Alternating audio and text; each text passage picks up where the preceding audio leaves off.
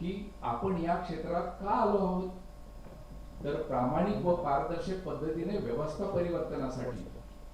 मग त्यांनी पुन्हा प्रश्न केला, तसे झाले आहे का, तर नाही. If I can not who can, only honest people like you. विचारांती मुंडे यांनी ठरवले की कोणत्याही प्रकारच्या छुप्या हल्ल्यांनी विचलित व्हायचे नाही, डगमगून जायचे नाही. लढाई मोठी आहे. विरोधक कितीही मोठा व धूर्त असला तरी सत्य आणि संयमाने त्याला तोंड देता येऊ शकते. त्यासाठी विवेकाने काम करावे लागेल. त्यानुसार पुढे जाऊन तुकाराम मुंडे यांनी प्रशासकीय सेवेत कायम तत्वांशी आणि कामाशी एकनिष्ठ राहूनच निर्णय घेतले. काही केल्या ते सत्याची आणि लोककल्याणाची बाजू सोडत नाहीत.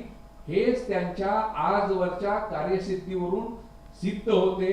धन्यवाद. धन्यवाद माननीय श्रीकांतजी चौगुले. खरं तर आता आपली उत्सुकता वाढली आहे. आपल्याला तुकाराम मुंडे साहेबांना ऐकायचे. आजचा संवाद भेसळ मुक्त महाराष्ट्राचा, आरोग्यदायी महाराष्ट्राचा, कर्तव्यनिष्ठ प्रशासनाचा आणि सजग नागरिकत्वाचा या संवादाचे सूत्र हातात घेण्यासाठी ज्येष्ठ पत्रकार माननीय मयुरेश कोल्हूर सर सज्ज आहेत. म्हणून आता अधिक वेळ न घेता मी माननीय मयुरेश सर आपणास विनंती करतो की आपण या दिलखुलास संवादाला प्रारंभ करावा आणि जोरदार टाळ्या दिलेला देखील आपण. धन्यवाद. माझा आवाज येतो ना ऐकू? येस. या संवादाला सुरू करण्या अगोदर एक डिस्क्लेमर. केवळ आपण बोललेले आणि लिहिलेले जे शब्द असतात त्याची जबाबदारी आपल्यावर असते असं नाही. आपण जे शब्द ऐकतो त्याचीही जबाबदारी आपल्यावर असते, कारण एकदा ऐकल्यानंतर ते आपल्या मेंदूत आणि मनात गेल्यानंतर त्याची जबाबदारी तसं वागणं हे आपल्या हातात असतं. त्यामुळे या संवादात आता जे पुढे आपण ऐकू बोलणार आहोत तसं वागण्याचं, तसं आपलं आचरणात आणण्याचं. कारण आता जे अभिवाचन झालं आणि या अगोदरही भाषण झालं त्याच्यामध्ये प्रामाणिकपणा, सचोटी या सगळ्या गोष्टी, धैर्य हे शब्दही अनेकदा आले, पुढेही येतील. त्यामुळे हे शब्द आपण ऐकणार आहोत. इथून बाहेर जाताना तसं वागण्याची जबाबदारी ही आपलीही आहे. आपण केवळ ऐकून ते सोडून देणार नाही आहोत. हे आपण सगळे, माझ्यासहित सगळे आपण लक्षात ठेवू. खरं तर मी एवढी अशी प्रश्न वगैरे काढले होते, पण ज्या प्रकारे ते आले आणि हा उत्साह बघतोय बाहेरपासून आतपर्यंत, मला वाटलं कुठल्या तरी सेलिब्रिटीचं म्हणजे शाहरुख वगैरे इथे येणार आहे का, पण शाहरुखला यावेळीच नोटीस पाठवली.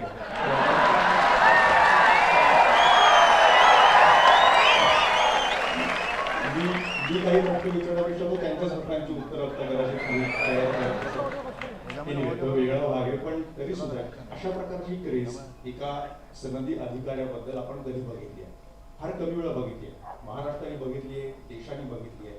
पण ज्या प्रकारे तुकाराम मुंडे सध्या आज ते इथं आपल्याला बोलावले, काही दिवसांपूर्वी पुण्यात होते, त्यांच्या विविध मुलाखती सुद्धा होत आहेत, ते बोलत आहेत. आणि एवढं जबाबदारीपूर्वक ऐकणं एखाद्याचे शब्द, यासाठी त्यांचं कर्तृत्वही, त्यांचं कामही तसं असावं लागतं. आणि म्हणून अशा प्रकारची क्रेज बऱ्याच काळानंतर, मोठ्या काळानंतर आपल्याला महाराष्ट्रात एखाद्या अधिकाऱ्याविषयी पाहायला मिळते आहे. आणि ती क्रेज पण आहे आणि दहशत पण आहे. म्हणजे मी दादरला राहतो, मी नेहमी सकाळी फिरून आल्यानंतर एका ठिकाणी कॉफीला घ्यायला कधी थांबतो, तर त्या कॉफी करणाऱ्याच्या होते, तर मी नाव नाही घेत कारण तो बिचारा उद्याला कॉफी नाही. तर तिथं सगळं ते बघतो मी रोज. मी काल सकाळी येताना बघतो एकदम स्वच्छ चकचकीत, थेंब पण पडलेलं नाही. मी म्हटलं हे काय झालं, आणि आधी मला त्याच्या डोळ्यातच सगळं होतं, काही बोलायची गरज नाही पडली. मला वाटलं आज सकाळीच काही इथं आलेत का एफडीएचे कोणीतरी, असं नव्हतं. पण ते येऊ शकतील या एकाच गोष्टीनं केवळ मी बघितलं नाही, मला माहिती बरेचसे हॉटेल्स आणि सगळ्या गोष्टी एकदम आपल्याला स्वच्छ दिसायला. याची सुरुवात, याची सवय नव्हती करायची आम्हाला सगळ्यांना. जिथं आपण बसलो तिथून जवळच काहीच किलोमीटर अंतरावर देहू आहे. तिथे एक तुकाराम काही वर्षांपूर्वी, शतकांपूर्वी होते, आणि त्यांनी आमची सत्संग कृती शुद्ध करायला घेतली होती, जागं केला आम्हाला. आता हे आणखी एक तुकाराम बऱ्याच काळाने आले आणि तेही आमची सद्सद्विवेक बुद्धी, विशेषतः भौतिक गरजांविषयी, अन्न ही आपली सगळ्यात महत्त्वाची भौतिक गरज आहे, त्याच्याविषयीची आपली विवेक, आपली सद्सद्विवेक बुद्धी ते जागे करतायत. आमचं छान चालू होतं, आम्ही हॉटेलमध्ये जात होतो, आम्हाला वाटतं की खूप पैसे दिले आणि जे मस्त चमचमीत सगळं आलं ते आपण बेस्ट खातो, आपल्याला काही आता उत्तम नाही. आम्ही आधी आम्ही गाड्यावर खायचो, मग नंतर आम्ही आणखी रेस्टॉरंटमध्ये गेलो, त्यानंतर आम्ही कधी त्याच्याहून आणखी चांगल्या रेस्टॉरंटमध्ये गेलो. आम्हाला वाटतं सगळं छानच चालू होतं आणि काहीच नाही, आपल्याला स्वच्छ शुद्ध मिळते जोपर्यंत तुम्ही आला नाही आणि हे सगळं सुरू झालं. तर हे आम्हाला सगळ्यांना जागं करावं असं तुम्हाला का वाटतं? थँक्यू. माझा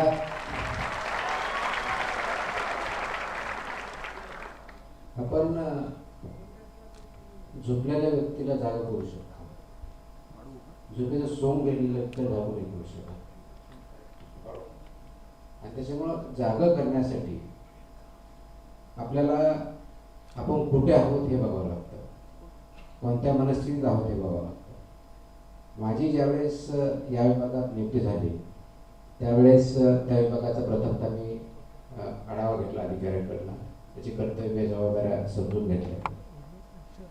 मला अपेक्षित नव्हतं की एवढ्या प्रमाणामध्ये इथं प्रॉब्लेम्स असतील, अडचणी असतील.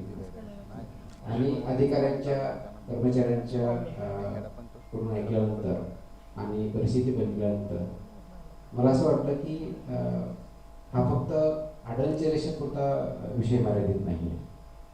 हा विषय हा पूर्ण महाराष्ट्रातल्या 12 कोटी 13 कोटी जनतेच्या आरोग्याशी संबंधित आहे.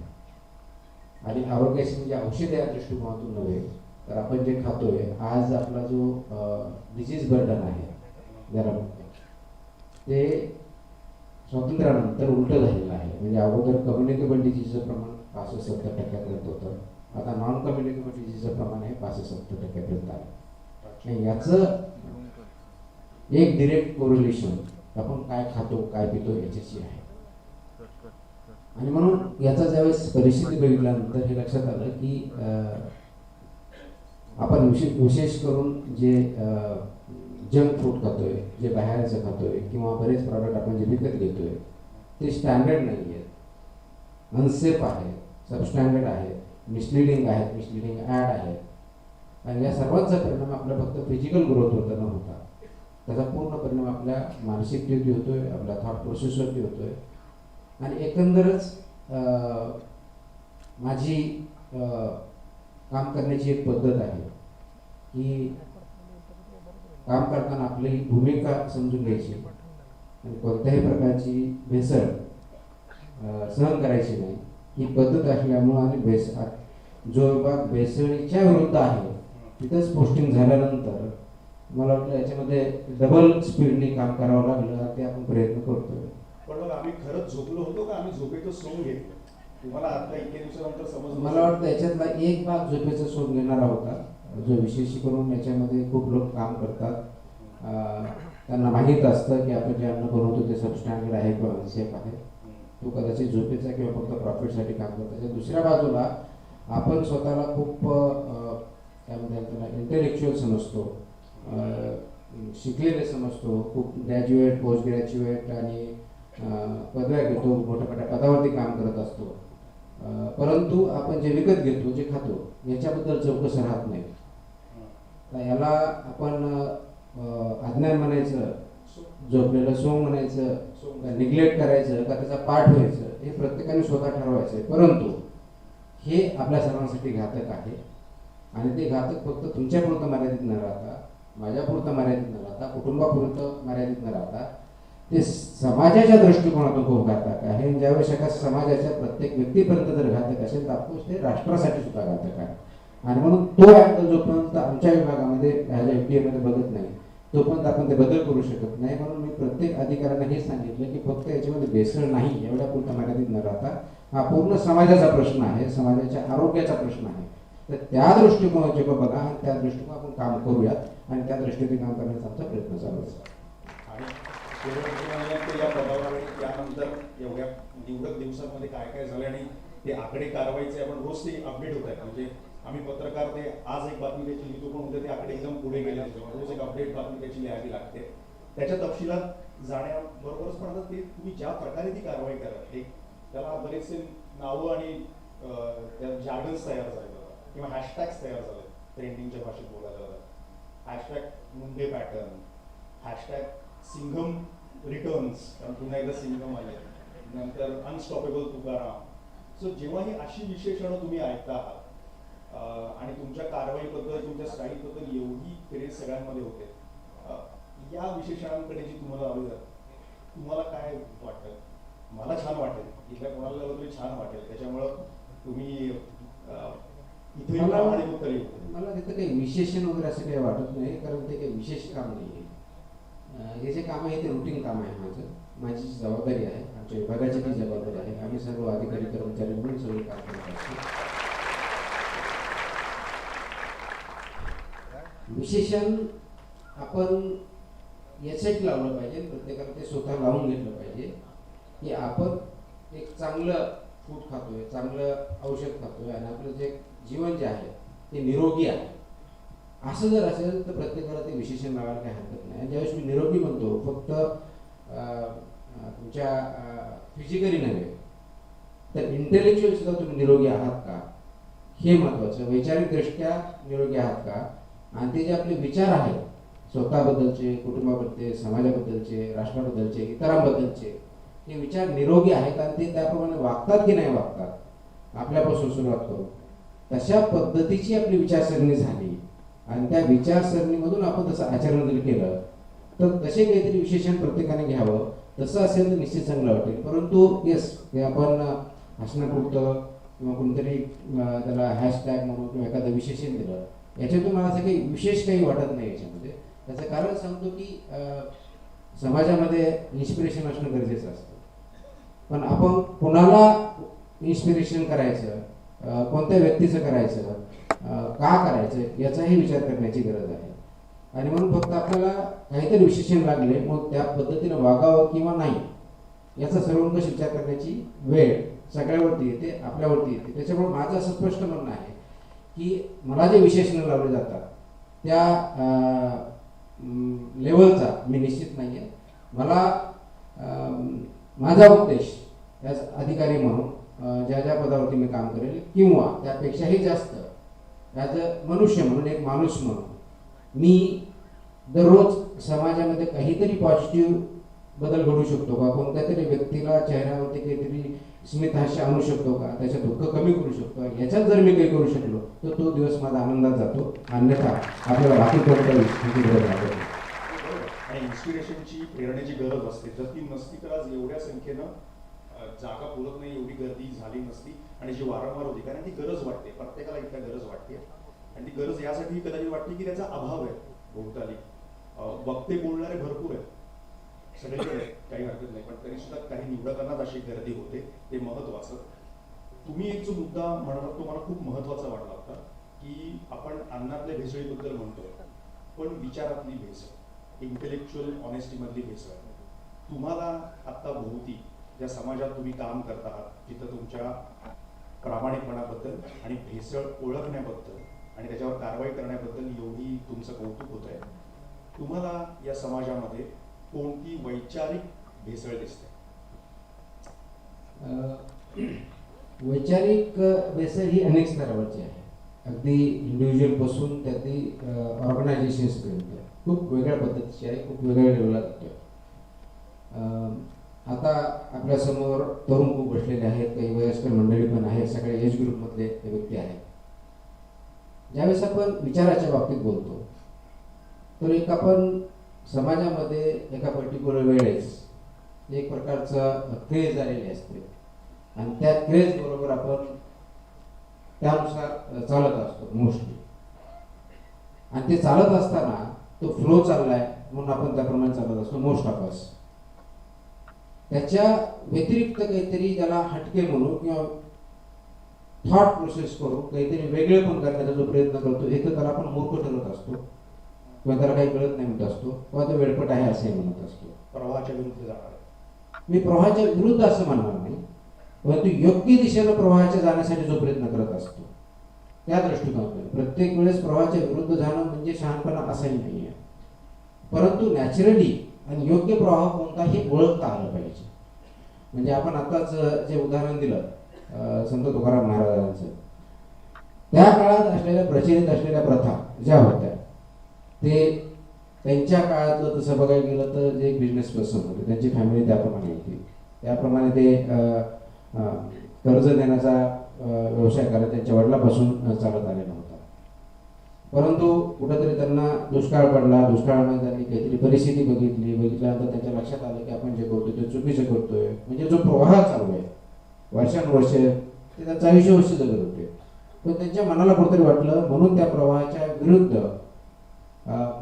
निर्णय घेण्याचा त्यांनी प्रयत्न केला. आणि हे चुकीचं आहे ते योग्य मार्गाने, कारण माझ्याकडे पैसे असताना गावातली माणसं त्यांना जेवायला भेटत नाही किंवा इतरांना भेटत नाही, त्याच्यामध्ये त्यांनी कर्ज कधी नदीत बुडवून टाकली. हा जो विचार आहे हा योग्य दिशेने नेणारा आणि नॉर्मल कोर्स ऑफ ॲक्शन जो प्रवाह चाललाय त्याच्या विरुद्ध किंवा त्याच्या विपरीत असा विचार आहे. त्यांनी फक्त ते बोलले नाही तर त्यांनी ते केलं. ते बोलल्यापुरते थांबलं असतं तर मी समजू शकलो असतो, तर त्यांनी ऍक्च्युअली केलं. म्हणजे त्यांच्या घरात तो विरोध झाला, त्यांच्या भावाने त्याला विरोध केला असेल, करायची पत्नीने केला असेल, हा असतानाही तो त्यांनी विचार केला. तो विचार करून कासाठी केला? स्वतःच्या कम्फर्ट लेवलसाठी केला नाही, तो समाजामध्ये जे चुका आहे तर त्यानंतर त्यांनी त्याच्यासाठी आणखी विचार मंथन केलं, त्याच्यासाठी फिलॉसॉफी केली, विचार मांडले, विचार मांडत गेले, नंतर गाथाही लिहिल्या. तो त्यांनी जो मार्ग निवडला ती ऑनेस्टी होती. इंटेलेक्च्युअल ऑनेस्टी कधी होते? फक्त तुम्ही बोलत नाही, सांगत नाही, तर ते करता, त्याला इंटेलेक्च्युअल ऑनेस्टी म्हणतात. फक्त डोक्यात तुम्ही तर हो मी पुस्तक लिहिल, एक आर्टिकल लिहिल, मी असं पाहिजे तसं पाहिजे, समाजाने असं केलं पाहिजे, आणि करताना काहीच करणार नाही, ऍक्च्युअली इंटेलेक्च्युअल डिसऑनेस्टी म्हणतात, ते डिसिव्ह म्हणतात. म्हणून आजच्या घडीला जर आता बघायचं आपल्याला तर आपण डिजिटल युगात राहतो, आणि डिजिटल युगामध्ये आपण सगळ्या गोष्टी ज्या आहेत त्या डिजिटल फॉर्मॅटमध्ये एका किंवा दुसऱ्या फॉर्मॅटमध्ये आपण जवळजवळ सगळेजण वापरत असतो. मग ते इंस्टाग्राम असेल, फेसबुक असेल, यूट्यूब असेल, इंटेलेक्च्युअल डिस्कशन असेल, खूप मोठ्या प्रमाणावरती आपण बघत असतो. आणि हे करत असताना जगामधले आपल्याला खूप विचार ऐकता येतात, वाचता येतात, बघता येतात, आणि हे व्हिडिओ माध्यम सुद्धा असल्यामुळं त्याचं अट्रॅक्शन पण खूप आहे. आता हे करत असताना कोणते विचार आपल्यापर्यंत येतात आणि त्याचा आपण काय करतो हा खूप महत्त्वाचा प्रश्न बनलेला आहे. आपल्या काळात किंवा म्हणजे जुन्या काळात ज्यावेळेस आपल्याला एखादी माहिती घ्यायची असते ते माहिती मिळवण्यासाठी कष्ट करावं लागायचे, खूप कष्ट करावं लागायचे. म्हणजे शिक्षक बघावं लागायचं, शिक्षकाला ते विचारावं लागायचं, त्यांच्याकडे कोणते पुस्तक, मॅगझिन, पत्र कुठं असेल त्या लायब्ररीत जावायचं, त्याच्यावर चर्चा करायची, ते वाचायचं, त्याच्यानंतर माहिती भेटायची. आता जगातली सगळी माहिती तुमची 2-3 सेकंदात, 5 सेकंदात तुमच्या मोबाईलमध्ये किंवा तुमच्या खिशात अवेलेबल आहे. तुमच्या माहितीसाठी तुम्हाला जगावं लागत नाही. ही जी माहिती तुमच्याकडे येते, माझ्याकडे येते, आपल्या पॉकेटमध्ये असतं, ती कोणती येते? ती ऑटोमॅटिकली येते? कोणीतरी पुश करतंय का? कोणीतरी बाजूला नेतंय का? तर याच्या पाठीमागे एक पूर्ण पॅटर्न आहे. हे जे अल्गोरिदम लिहिलेले आहे ते अल्गोरिदम सिलिकॉन व्हॅली असेल किंवा कुठूनही असेल, त्यांनी जे लिहिले ते खूप चांगल्या पद्धतीने लिहिलेलं आहे की असे अल्गोरिदम लिहिले की ते व्हायरल व्हावे. आणि कोणते व्हायरल होतात त्याचा जे पॅटर्न केला तर ज्या जनरली हेटेड गोष्टी आहेत, हेट करण्याच्या, चुकीच्या, त्याच्यामुळे वनवा पटवेल, वनवा पेटेल, अशा पटकन व्हायरल होतात आणि त्या फॉरवर्ड पण खूप होतात. आता कल्चर काय झालंय की या इनपुटमुळं हा वनवा पेटू शकतो, याच्यामध्ये व्हायरल होऊ शकतं, मला लाईक्स किती बघतात, किती फॉरवर्ड किती आहे, मला किती फॉलोअप किती आहे, हे आपण बघत चाललो. वेळाच तुम्ही ज्यावेळेस एखाद्या अल्गोरिदमवरती क्लिक करत असता, स्क्रोल करत असता, त्यावेळेस तुम्हाला त्याच रील्स येतील, तेच न्यूज येतील, तेच अलर्ट येतील जे तुम्ही लाईक करता, हसता. जे तुम्ही रिजेक्ट करता ते तुमच्याकडे येत नाही. याचा परिणाम असा झाला आहे की जी आपण विचाराची ऑनेस्टी म्हणतो, ज्यावेळेस द्वंद्वच नसतं, विचारच नसतो, काउंटर व्ह्यूच माहीत नाहीये, तो ऍक्सेप्ट करण्याची आपली तयारीच राहिलेली नाहीये, तर ते तुमच्याकडे व्ह्यूज नसताना तुम्ही ना इंटेलेक्च्युअली ऑनेस्ट असता, कारण समोरची दुसरी बाजू काय ती माहीत नसते, ती कशी आहे ती माहीत नसते. याच्यामध्ये डेमोक्रॅटिक थॉट प्रोसेस, इंटेलेक्च्युअल ड्युअलिझम ज्याला म्हणून, हे कुठंच नसतं. आणि यावेळेस विचार करत असताना मग याच पद्धतीने आपण करत गेलो तर ते प्रभाव वाहत जातो. आणि मग तुम्हाला कोणी क्वेश्चन जर केला तर तुम्ही डायरेक्ट त्यांना anti social anti person, anti national सगळे टॅग देऊन आपण मोकळ होतो. तो माझ्या विरुद्ध आहे, मी त्याच्या विरुद्ध आहे. म्हणजे घराघरामध्ये भांडणं झालेलं आहे, खूप होतात. तर हा जो फ्लो चाललाय त्या फ्लोमध्ये ऑनेस्टी आहे का, आणि ते ऑनेस्टी आहे का हे जर तपासायचं असेल तर तुम्हाला दुसरी बाजू समजून घ्यावी लागेल. तुम्हाला याकडे एकच मिनिट, हा पॉईंट मी कंप्लीट करतो. ही ज्यावेळेस तुम्हाला समजून घ्यायची असते त्यावेळेस दुसरी बाजू समजून घेण्यासाठी तुम्हाला तो जो फ्लो येतो तिथं कुठेतरी तुम्हाला काही सेकंद थांबावं लागेल, काही मिनिटं थांबावं लागेल आणि विचारावं लागेल, अरे माझ्याकडे येत आहे ते खरोखर योग्य आहे का, जे मी फॉरवर्ड करणार आहे याचे परिणाम नेमके काय होणार आहेत, माझ्यावरती काय होणार आहे, समाजावरती काय होणार आहे, चांगलं होणार आहे, वाईट होणार आहे. आणि असंच मी चालू ठेवलं तर माझं स्वतःचं काय होणार आहे, मी कोणत्या दिशेने जाणार आहे, आणि ज्या दिशेने जाणार आहे ते माझं ॲक्च्युअली जे ध्येय आहे तिथे मी पोहोचणार आहे का फक्त मी लाईकसाठी आणि फॉलोसाठी करतोय. आज आपल्याला लाईकिंग फक्त आपले फॉलोअर्स किती हे खूप वाढले म्हणून तुम्ही खूप कनेक्टेड आहात अशी परिस्थिती नाही. म्हणजे आत्ताचं कॉन्ट्रडिक्शन असतं की जगामध्ये सर्वात डिजिटली कनेक्टेड किंवा सर्वात जास्त कम्युनिकेशन असताना आपल्या नात्यामधला पूर्णपणे जे उभारी म्हणे किंवा ऊब म्हणू ती पूर्ण संपत झालेली आहे. मोबाईल आहे, टेबलवरती आपण डिनर करतो, जेवण करतो, घरात बसतो आणि मोबाईल हा असतो, आई वडिलांशी बोलत नाही, भावाशी बोलत नाही. म्हणजे मोस्ट कम्युनिकेटेड युगामध्ये अत्यंत कम्युनिकेशन शून्य. सर त्याच्याच इंटेलेक्च्युअलच्या युगामध्ये, माहितीच्या युगात असताना इंटेलेक्च्युअल आहोत का आणि ऑनेस्ट आहोत का हा प्रश्न प्रत्येकाने स्वतःला विचारावा लागेल आणि ती करण्याची गरज आज खूप जास्त आहे असं मला वाटतं. आणि हा जो विषय तुम्ही विचारता म्हणाला की हेट्रेड, द्वेष, कोणाबद्दलचे राग, घृणा आणि तो सोशल मीडियाच्या या सगळ्याचे विविधता आहे, इन्स्टा असेल, व्हॉट्सॲप असेल, या कशातनं पसरत जाणं हा आपल्या काळातला एक खूप महत्त्वाचा, सगळे मान्य करत आहेत, त्याच्यावर लोक लिहित आहेत, बोलत आहेत आणि एक महत्त्वाचा प्रश्न होऊन पडला. तुम्ही त्याचा उल्लेख केला, तुम्हाला त्रास होतो याचा, कारण त्याच्यातनं लाईन्स तयार होतात, डिव्हिजन होते, दुभंग तयार होतो. हा इकडं आहे, हा इकडं आहे, ती तिकडं आहे, तो तिकडं आहे, आणि मग त्याला टॅग, त्याचा उल्लेख तुम्ही केला, कोणी अँटी नॅशनल असतो, कोणी, आणि मग मला ते इकडंच निघून जा या देशामध्ये असं काही म्हटलं जातं. तुम्हाला हा जो द्वेष आहे किंवा डिव्हिजन्स आहेत, हेट्रेड आहे, याचा त्रास होतो? निश्चितच होतो. आणि हा त्रास बेसिकली माझ्या पुरता किंवा तुमच्या एकट्या पुरता मर्यादित राहत नाही. एक लक्षात घ्या की आपण सोशल ॲनिमल आहोत, सामाजिक प्राणी आहोत. आपण एकटं राहू शकत नाही. याचं उदाहरण जास्त दूर देण्याची गरज नाही. 2020 मध्ये ज्यावेळेस कोविड आला होता आणि त्यावेळेस तुम्हाला फक्त तुमच्या घराच्या बाहेर पडू नका म्हटलं होतं. आणि मी त्यावेळेस कमिशनर होतो, म्युनिसिपल कमिशन नागपूरला पहिल्या फेजमध्ये. म्हणजे घरामध्ये तुम्ही कॉर्डन ऑफ करायचं एवढं सांगितल्यानंतर त्याच्या विरुद्ध किती असंतोष होता लोकांमध्ये. पहिले 2-3 दिवस बरं वाटलं, त्यानंतर कोणाची तयारी नव्हती. का नव्हती? कारण बेसिकली आपला सोशल इन्स्टिंक्ट आहे आणि सोशल इन्स्टिंक्ट हा सोशल ॲनिमल म्हणून आहे. आणि म्हणून जर समाजामध्ये आपल्याला दुसऱ्या माणसाची गरज असेल, सायकोलॉजिकल गरज असेल, मॉरॅलिटीसाठी गरज असेल, थॉट प्रोसेससाठी किंवा इंटरॅक्शन करण्यासाठी जर गरज असेल, मग आपण ते हेट्रेडमधून अचीव करणार आहे का? ह्या ज्या भिंती आहेत त्या आर्टिफिशियल आपण जे तयार करतोय, आपण जे बोलतो ते वापस येणार नाही आहे, आपण जे करतो ते परत थांबू शकणार नाही आहे. मग हे जर आपलं कोणत्याही माध्यमातून, म्हणजे रीलच्या माध्यमातून असेल, फॉरवर्डच्या माध्यमातून असेल, व्हॉट्सअप फॉरवर्डच्या माध्यमातून असेल किंवा इतर कोणत्या बाबतीत असेल, ते खरोखर आपण ते फॉरवर्ड करतो ते ऑनेस्ट आहे का, इंटेलेक्च्युअली आपल्याला पडतंय का, आणि आपलं त्याच्यावर कन्व्हिक्शन आहे का, याचा कधीतरी विचार करणार आहे का आपण? का कोणतरी आलं, मित्रांनी फॉलो करतो, याला 10,000 लाईक आहेत, त्याच्या पाठीमागे त्याला फॉलो करतो, हा जो विचार आहे तर मला वाटतं खूप कॉन्शियसली घेतलेला विचार नाही. आपण फक्त गुरफटच चाललेलो आहे आणि गुरफटनं याच्यातून बाहेर पडावं लागेल. याचा एक जस्ट याच अनुषंगाने हे एक जग कसं फुल सर्कल जातं याचं उदाहरण देतो.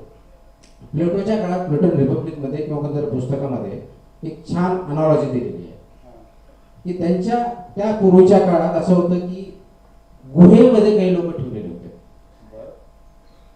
गुहेमध्ये ते जन्मात कधीही त्या गुहेच्या बाहेर आले नव्हते, कधीच नाही. म्हणजे त्यांना प्रकाश माहीत नव्हता, बाहेरची हवा माहीत नव्हती, गुहेतच राहायचे. आणि त्याच्यामुळे ज्यावेळेस प्रकाश वगैरे सनराईज व्हायचा, दिवस असायचा, त्यावेळेस ज्या काही सावल्या दिसायच्या ते अंधार आणि सावल्या याच्या व्यतिरिक्त जो कोणतंही जग नव्हतं. तर त्यांचं ते विश्व बनलं. ते स्वतः सावली म्हणजे विश्व, ती गुहा म्हणजे विश्व, ते रिअल आहे. आणि काही अनेक वर्षानंतर त्यांना गुहेच्या बाहेर ज्यावेळेस गेले त्यावेळेस ते प्रकाश डोळ्यात आल्यामुळं त्यांना काही दिसत नाही. ते बिकेम ब्लाइंड. दिसतच नव्हतं, कारण तुम्हाला ज्यावेळेस तुमच्या डोळ्याला ही सवय नाही की प्रकाश हात घ्यायची, कारण ते अंधारात राहिलेले आहे. सो तुमच्या डोळ्याला ती कपॅसिटीच राहत नाही. मग ते 8 दिवस झालं, 15 दिवस राहिले, 2 महिने राहिले, हळूहळू ते ऍक्सेप्ट करायला लागले. आज सोशल मीडियाच्या बाबतीत हे झालेलं आहे. आज नवीन पिढी खूप डीप आहे, खूप वाईड आहे. थॉट प्रोसेस, त्यांचं डायग्नोसिस परफेक्ट आहे, कारण इन्फॉर्मेशन स्प्लिट सेकंडमध्ये आहे. अनालिटिकल ॲबिलिटी पण आहे, स्पीड खूप व्हायब्रंट आहे, अत्यंत व्हायब्रंट आहे, एनर्जी खूप व्हायब्रंट आहे. परंतु ते गुहेसारखं व्हायला लागलो की आमचं तेवढंच जग आहे. रील पुरतं मर्यादित, रियालिटीमध्ये काय आहे याचा विचार करण्यास सुद्धा गरज आहे. आणि रियालिटी काय आज? रियालिटी ही आहे की आपण इंटरॅक्शन करणं थांबवलेलं आहे. इंटेलेक्च्युअल थॉट प्रोसेस जे आहे त्याच्यावरती विचार करणं किंवा द्वंद्व करणं आपण बऱ्यापैकी कमी झालेलं आहे. आपल्याला इमिजिएटली प्रत्येक गोष्टीचा राग येतो, समोरची बाजू ऐकून घ्यायची कमतरता झालेली आहे. म्हणून आपल्याला हे जे वाढवावं लागणार आहे ते गुहेसारखं न राहता प्रकाशात आल्यानंतर काही दिवस जे लागतात त्याच्यामुळे याच्यातून थोडंसं बाहेर येऊ. जी रियालिटी आपल्या पुढच्या 20 वर्षानंतर, 25 वर्षानंतर, 30 वर्षानंतर, मी जर आज 10 वर्षाचा असेल, 20 वर्षाचा असेल, तर माझं आयुष्य काय असेल, समाजाचं आयुष्य काय असेल, माझं कुटुंब कोणत्या स्टेजला असेल याचा विचार करा. आणि त्या अनुषंगाने चालण्याची गरज आहे. त्यासाठी सर्वात महत्त्वाची गरज आहे ज्याला इंटेलेक्च्युअल ऑनेस्टी आणि नैतिकता, ह्या 2 गोष्टीची गरज. ह्या 2 गोष्टी आपण पाळल्या नाही तर आपण पुढे जाऊ शकणार नाही. पहिला शेवटचा डिस्क्लेमर परत आठवण करून देतो, जे आपण ऐकतो आहोत त्या ऐकलेल्या शब्दांची जबाबदारी आपली आहे. त्यामुळं काही फॉरवर्ड करत असताना, काहीही आणखी बघत असताना त्याच्याबद्दल विचार करायचा. हे जे शब्द आपण ऐकले ते इथून जाताना आपण लक्षात ठेवूयात. भेसळ ते अन्नातली पकडतातच आहे, पण त्यासोबत वैचारिक भेसळ सुद्धा ही खूप महत्वाची आहे, जी सगळीकडे भोवती आता आपल्याकडे पसरलेली आहे. तो मला सगळ्यात महत्वाचा टेकअवे आतापर्यंतच्या मुलाखतीतला. आपण त्याविषयी पण आणखी बोलूयात. पण थोडं तुमच्या इथपर्यंतच्या प्रवासाविषयी, तुम्ही ज्या वेळेस IAS झाला तर तुमची सगळी जो प्रवास आहे तो बघितलाय. या पुस्तकाच्या पहिल्या भागात हे सगळं आलंय. वाचलंय काय पुस्तक कोणी? सगळे आले तिथं, काही हजारांमध्ये. वाचलंय किती लोकांनी? निवडकच हात आहेत, करा बघू सगळ्यांनी हात वरती. फोर्स करू नका त्यांना. नाही, ते लेखकाचं काम आहे, ते माझं काम नाहीये. तर ते वाचताना मात्र मला हे सतत कायम जाणवलं. अर्थात हे त्यांच्या पहिल्या पोस्टिंग कर, तुम्ही नक्की वाचा प्रत्येकाने हे पुस्तक. हे सगळं करत असताना ज्या तुम्ही त्या चक्रातनं चालला होता, कष्टाच्या चक्रातनं चालला होता, तुमचे बंधू सुद्धा इथे आहेत. त्यावेळेस हे जे आता तुम्ही सगळं म्हणाला, प्रामाणिकपणा, नैतिकता, इंटेलेक्च्युअल ऑनेस्टी, विचारांशी आपल्या प्रामाणिक असण्याचे आपल्याला वाटतंय ते, आणि पुढे जाऊन ते काम करता करता आता मिळालेली ही सगळी विशेषणं म्हणजे पॅटर्न आणि बाकी सगळे, हे सगळं आपल्याला मिळवायचं आहे किंवा हे सगळं आपल्याला मिळेल असं तुम्हाला त्या दिवसांमध्ये जाणवत होतं का? नाही, आपण भविष्यात बघू शकत नाही. भविष्यात विचार करू शकतो, व्हिज्युअलाइज करू शकतो. ज्यावेळेस आम्हाला ते 90च्या सुरुवातीच्या दशकातले तरुण वयातले तुकाराम मुंडेंकडे थोडंसं नाही की ते काय होते, ते त्यांच्याकडे या कन्सेप्ट तेव्हा होत्या का या सगळ्या पुढे नंतर आल्या IAS झाल्यानंतर? नाही, ॲज अ माणूस म्हणून कदाचित तुम्हाला ते पटणार नाही. ज्याला सिंपल, आता आज बऱ्याच जणांना मी सिंपल वाटत नसेल, हा भाग जरी वेगळा असेल तर सिंपल तेव्हाही होतो, आजही मी तसाच आहे. सिंपल या अर्थाने की अनकॉम्प्लिकेटेड, अनक्लटर्ड, कुठं कॉम्प्लेक्सिटी नसावी या अर्थाने, प्लेन, म्हणजे ज्याला म्हणून ऑनेस्टी, म्हणजे ऑनेस्टी म्हणतो परत आतून एक बाहेरून दुसरं असं नाही. ऑनेस्टी जे काही आहे, जे मला योग्य वाटतं थॉट प्रोसेस करून ते त्याप्रमाणे, की त्यावेळेसही तसं होतं. पण त्यावेळेस असं कधी हे विचार केला नव्हता की मी IAS होईल, त्याच्यात महाराष्ट्र भेटेल, मी असं काहीतरी मोठं काम करेल, असं कधी विचार नव्हता. पण एक डेफिनेटली होतं, आपण जे काय करायचं ते आपल्या स्वभावानुसार आपल्याला पटेल, ऑनेस्टली, पारदर्शकपणे कसं राहता येईल त्या दृष्टीनं, आणि हे करत असताना आपल्यामुळं दुसऱ्याला त्रास होणार नाही हे मात्र आमच्या मनावर आईवडिलांनी, भावांनी, सर्वांनी हे बिंबवलेलं होतं. आणि मग 1990च्या दशकात माझ्या विचार करतो, म्हणजे 1990 ऑनवर्ड्स म्हणजे कॉलेज लाईफ, म्हणजे शाळा सुटून 91-91ला माझं 10वी झालं. त्यानंतर कॉलेज लाईफ 11वी-12वी असेल, ग्रॅज्युएशन असेल, पोस्ट ग्रॅज्युएशन असेल. हे करत असताना जे काय ऑनेस्टली आपल्याला करता येईल, प्रामाणिकपणे करता येईल, म्हणजे अभ्यासाच्या बाबतीतलं असेल किंवा इतर काही ज्या गोष्टी असतील त्या बाबतीतल्या, ज्या समोर परिस्थिती आहे ते ॲक्सेप्ट करणं, त्याचा विचार करणं, त्याच्यावरती मात करण्यासाठी प्रयत्न करणं, म्हणजे त्याच अनुषंगाने आता हा मुद्दा आला आहे त्या अनुषंगाने सांगतो. माझे जे मोठे बंधू आहेत ते मला ज्यावेळेस त्यांनी औरंगाबादला, त्यावेळेस औरंगाबादला आणला, आता छत्रपती संभाजीनगरला म्हणतो, त्यावेळेस 1990मध्ये 10वीत असताना गावातून मला ते त्या ठिकाणी घेऊन आले. आता त्यावेळेस ज्यावेळेस गुण आले होते त्यावेळेस त्याची परिस्थिती अशी होती की त्याच्याकडेच पैसे नव्हते, म्हणजे स्वतःच्या जीवन जगण्यासाठी जरा म्हणून. मग तो कुठेतरी नोकरी करत होता, कुठेतरी मला माहीत नाही कोणत्या कंपनीमध्ये काहीतरी भेटली, 8 दिवस ती सोडून दिली, दुसरीकडे गेला, दुसऱ्या ठिकाणी सोडून दिली. मग काहीतरी क्लासेस चालू केले, ते स्पीकर्स अकॅडमी नावाने त्याचे क्लासेस होते. अगोदर काहीतरी स्पोकन इंग्लिशचे केले, त्याच्यानंतर मग स्पर्धा परीक्षेचे केले वगैरे वगैरे ते करत होता. आता त्या काळात हे करत करत करत जवळजवळ 93-94 त्यांचं तहसीलदार म्हणून सिलेक्शन झालं, MPSCची परीक्षा देऊन झालं आणि हा क्लास मात्र चालू होता. आता तहसीलदार झाल्यानंतर एक गॅरंटीड इन्कम जेवढा काही पगार आहे त्याच्यामुळे पहिल्यासारखी काही परिस्थिती नव्हती की आता 2 वर्ष जेवायला भेटा अशी ती काही परिस्थिती नव्हती. मग ते ज्यावेळेस त्याला जॉईनिंग झालं तर आम्हाला सगळ्यांना अपेक्षित होतं की आता हे क्लासेस बंद होतील, त्यांनी ते नाही केलं. मी त्यावेळेस आय थिंक BA सेकंड इयरला असेल, त्यांनी मला सांगितलं, संभाजीनगर मला हे सांगितलं की आता हे क्लासेस तू चालवायचे, मी चालवायचे. म्हणजे त्यावेळेस MPSCचे क्लासेस बंद झाले पण स्पोकन इंग्लिशचे चालू होते. मी म्हटलं तर, आणि स्पोकन इंग्लिशला विद्यार्थी कोण असायचे तर सर्वसाधारणपणे 50-60 वर्षापासून अगदी 20 वर्षापर्यंत, म्हणजे ग्रॅज्युएशन त्या लेवलला. कारण त्यावेळेस इंग्लिश बोलणं यासाठी क्लासेस बरेच लावायचे, औरंगाबादला खूप जास्त प्रमाणात होतं कॉलेज.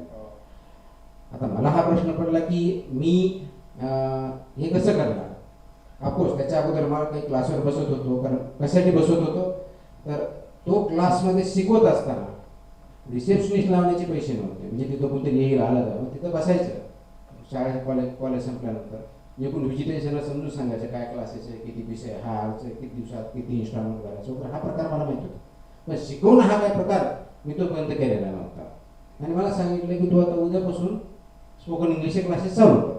आता नेमकं काय करायचं, स्पोकन इंग्लिशचे करायचे म्हणजे काय करायचं, ठीक आहे मला थोडंफार इंग्लिश येत होतं पण ते शिकवणं हा जो प्रकार होता, म्हटलं की मला जमणार नाही, ते जमेल म्हणे काही अडचण नाही तुला, आणि कुठं जमणार आहे तर मला फोन कर, मी सांगेल काय करायचं. आता हे केल्यानंतर सुरुवात झाली, एक तर स्टेज करेल नाही, कधी भाषण असं दिलेलं नव्हतं, त्याच्यामध्ये मुलांना शिकवणं हा एक प्रकार होता, तो कुठून आणायचा. तर ते त्याला तुटकं फुटकं जे चालू केला, नंतर जवळजवळ 1-1.5-2 वर्ष त्यांनी क्लासेस चालवले. याच्यातून मी जे शिकलो की आपल्याला एखादं चॅलेंज आपण जर घेतलं ते आपण सरपास करू शकतो, ते शिकू शकतो, आणि ती कपॅसिटी, लर्निंग कपॅसिटी आपल्यामध्ये जर असली तर आपण काही करू शकतो. या पाठीमागे त्याचा तो उद्देश होता, तो मला त्यावेळेस रिअलाइज झाला नाही.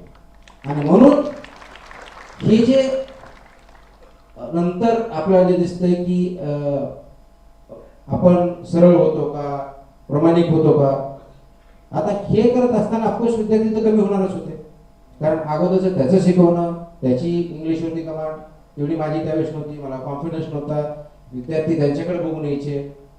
हे होत असताना विद्यार्थी कमी झाले. विद्यार्थी कमी झाल्यानंतर तो जो क्लास आहे त्याचा रेंट देणं, भाडं देणं हा एक वेगळा होता. आणि मग बऱ्याच वेळेस मला ते फेस करावं लागायचं की ते वेळ नाही भेटला, तो मालक यायचा, तो काहीतरी ओरडायचा, त्याला फेस करायला लावायचं. आता बऱ्याच वेळेस मी बोलायचे याचं काय आपण बंद करून टाकू, पण तिकडून ऑर्डर होते नाही करायचं, चालू ठेवायचं. तर हे जे मला त्यांनी त्या काळात सुद्धा फेस करायला लागलं, त्याच्यातून माझ्या लर्निंग खूप झाल्या. आणि मला वाटतं की हे आजकाल नवीन पर्टिक्युलर जनरेशन, आपण आई वडील ज्यावेळेस बघतो मुलांना, तर आपण त्यांना हे फेस करू देत नाही बऱ्याच वेळेस. मग तो आपला लाडका आहे, आपल्याकडे फॅसिलिटी आहेत म्हणून ॲक्च्युअल रिअल प्रॉब्लेम लाईफमध्ये फेस करू देत नाही. म्हणून बऱ्याच वेळेस मुलं ते शिकत नाही, कारण इझी गोष्टी भेटल्या की शिकत नाही. तो you have to be able ही टीचिंग त्यांना ऍक्टिव्हिटीच्या माध्यमातून करून द्यायला पाहिजे. आणि तो 90s मधला जो प्रवास आहे त्याने मला बरं शिकल्यामुळे कदाचित आज या वाटेने मी जास्त चालू शकत असेल मला वाटतं. म्हणजे साहेब, गरिबी माणसाला काय शिकवते? इथले बरेचसे जण असे असतील की जे ज्यांनी ते भोगलं असेल, बरेचसे जण असेही असेल की ज्यांनी नाही ते भोगलं. पण या पुस्तकामध्ये तुमचं शेवटचं पोस्टिंग होण्या अगोदरपर्यंतचा संघर्ष आहे तुमचा, तुमच्या भावांचा, कधी कधी विश्वास बसत नाही की एखाद्या व्यक्तीच्या आयुष्यात अशी परिस्थिती येऊ शकते. पण बऱ्याचदा आम्ही हे पण ऐकलंय जे चुकीच्या मार्गाला गेले आणि त्यांनी नंतर मागे सांगताना किंवा त्यांची कधी कथा स्टोरी आली असेल तर ते गरिबी, पोटात ती आग पडणं, काही न मिळणं, आणि मला जर जगायचं आहे, मला जर टिकायचं आहे, तर मग मला अशा वेळेस कुठलाही मार्ग, तो चूक बरोबर हे काही माझ्या डोक्यात राहत नाही आणि मी तो घेऊन मोकळा होतो. ते अशी जर कोणी कथा सांगत असेल तर तीही त्यावेळेस त्याच्यावरची परिस्थिती उधरलेली असते, ती पटते आम्हाला सुद्धा, कारण आम्ही तर परिस्थितीत गेलो. पण मग त्याला प्रामाणिकपणा, त्याला आपण अप्रामाणिकपणा म्हणू की ते चुकीच्या मार्गाला गेले. पण गरिबी मग काय शिकवते तुमच्याकडे? तुमची एवढे प्रामाणिकपणाचा आग्रह आणि त्यातून आले, तुमच्यात असं कधी नाही वाटलं? मी त्यात एक बघितलंय की तुम्ही त्या बुर्जीवाल्याच्या एका गाडीकडे जायचं आणि तुम्ही त्याच्याकडे पण द्यायला पैसे वगैरे नाही, तुम्ही क्लासचं आता गोष्ट सांगितली. तर अशा पराकोटीच्या टिकण्याच्या धडपडीमध्ये सुद्धा गरिबी तुम्हाला काय शिकवते? आपण जो उल्लेख केला गरिबी म्हणजे सिच्युएशन, कोणत्या अँगलची सिच्युएशन आहे? ती कदाचित गरिबीची असेल, पैशाची असेल, कदाचित आपण एखादा जॉब करत असू त्या ठिकाणच्या ऑफर्स असतील, कदाचित तुम्हाला वेगवेगळे इन्सेंटिव्ह दाखवले जात असतील. तुम्ही लहान असता त्यावेळेस तुम्ही चालत असताना गावामध्ये ज्यावेळेस आपण राहतो तर चॉकलेट कोणतरी देत असेल, तुम्हाला ते घ्यायचे की नाही, हे जे सगळे प्रकार आहेत ते कोणत्या ना कोणत्या प्रकारची लालूच किंवा कोणत्या प्रकारचे आकर्षण असतात, ते कोणत्याही फॉर्मॅटमध्ये असेल.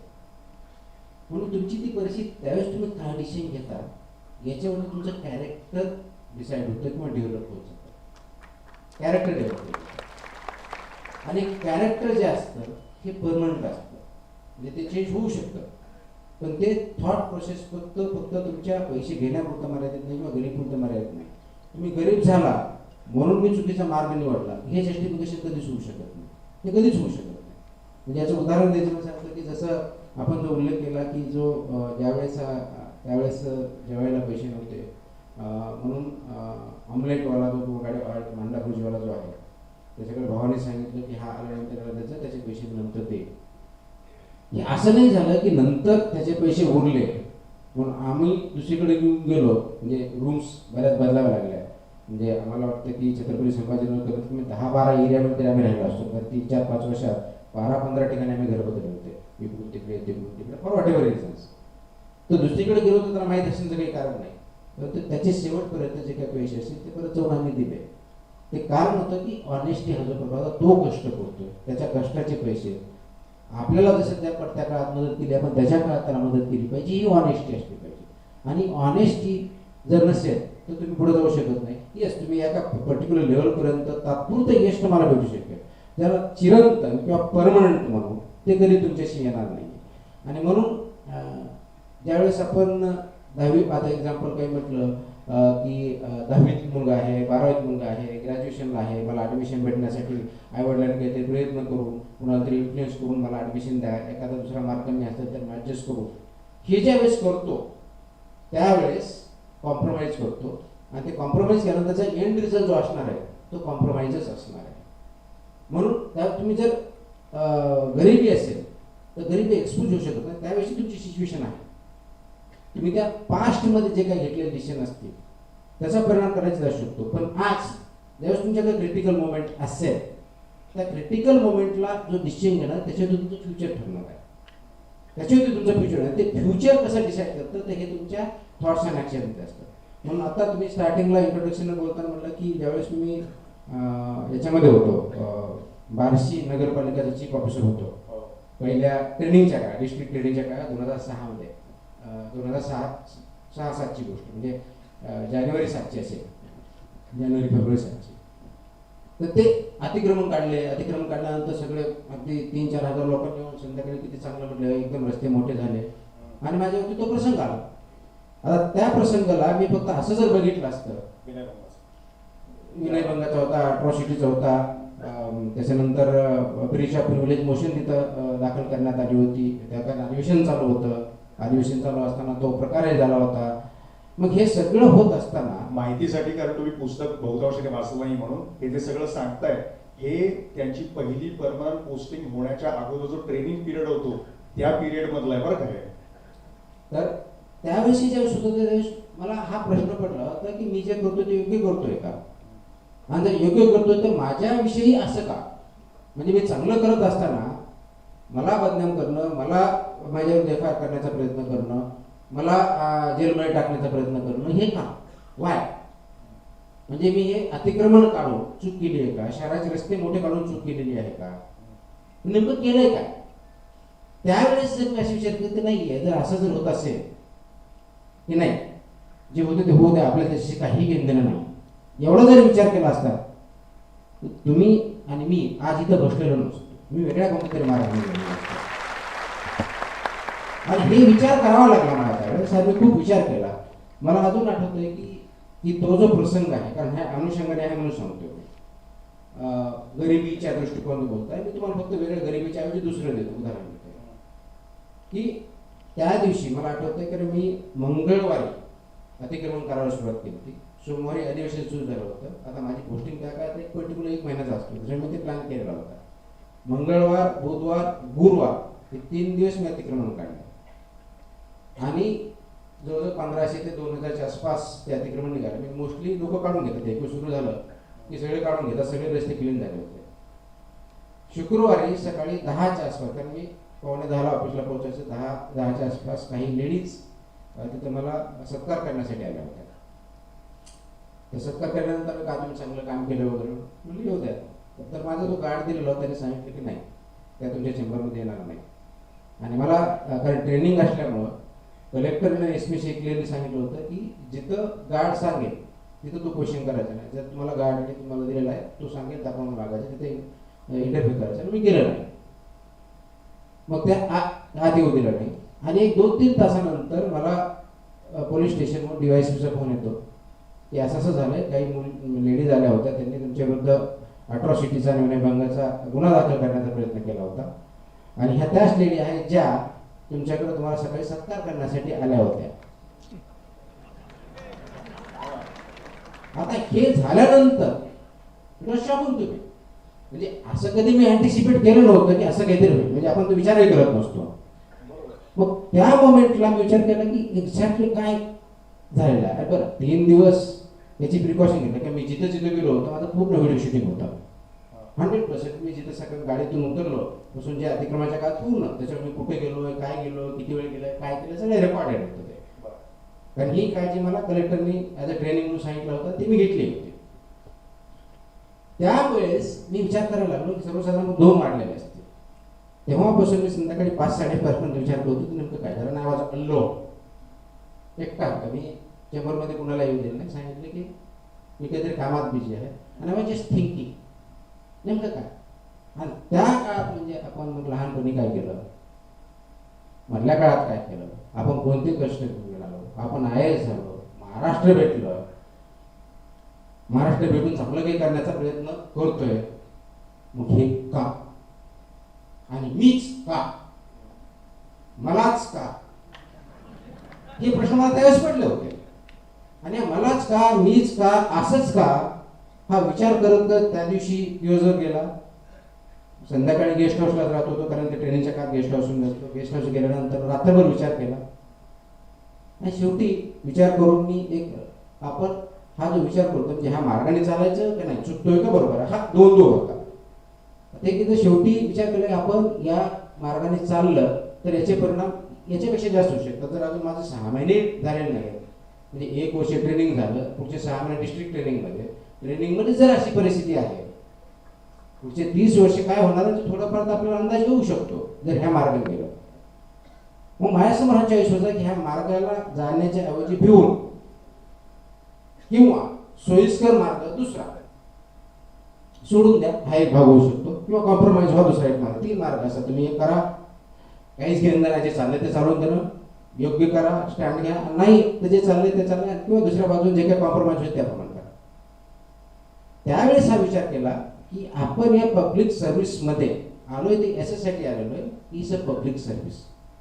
आणि म्हणून जर मला हे डिफिकल्टी इथं ऑफिसर म्हणून ही होत असेल, मला जरी ट्रेनिंग असेल, परंतु एक IAS ऑफिसर होतो, पुढे काहीतरी करायचं असेल, दुसऱ्या अधिकाऱ्याला होत असेल, तर कॉमन माणूस म्हणून जो नागरिक आहे त्याला त्याच्या जीवनामध्ये असे किती अडचणी येत असतील आणि ह्या अडचणीला त्याला कोण मदत करत असेल, त्यावेळेस ॲज अ समाज म्हणून किंवा ॲज अ पब्लिक सर्वंट म्हणून किंवा दुसरं कोणतरी मदत करणार नसेल, त्याची अवस्था काय होईल.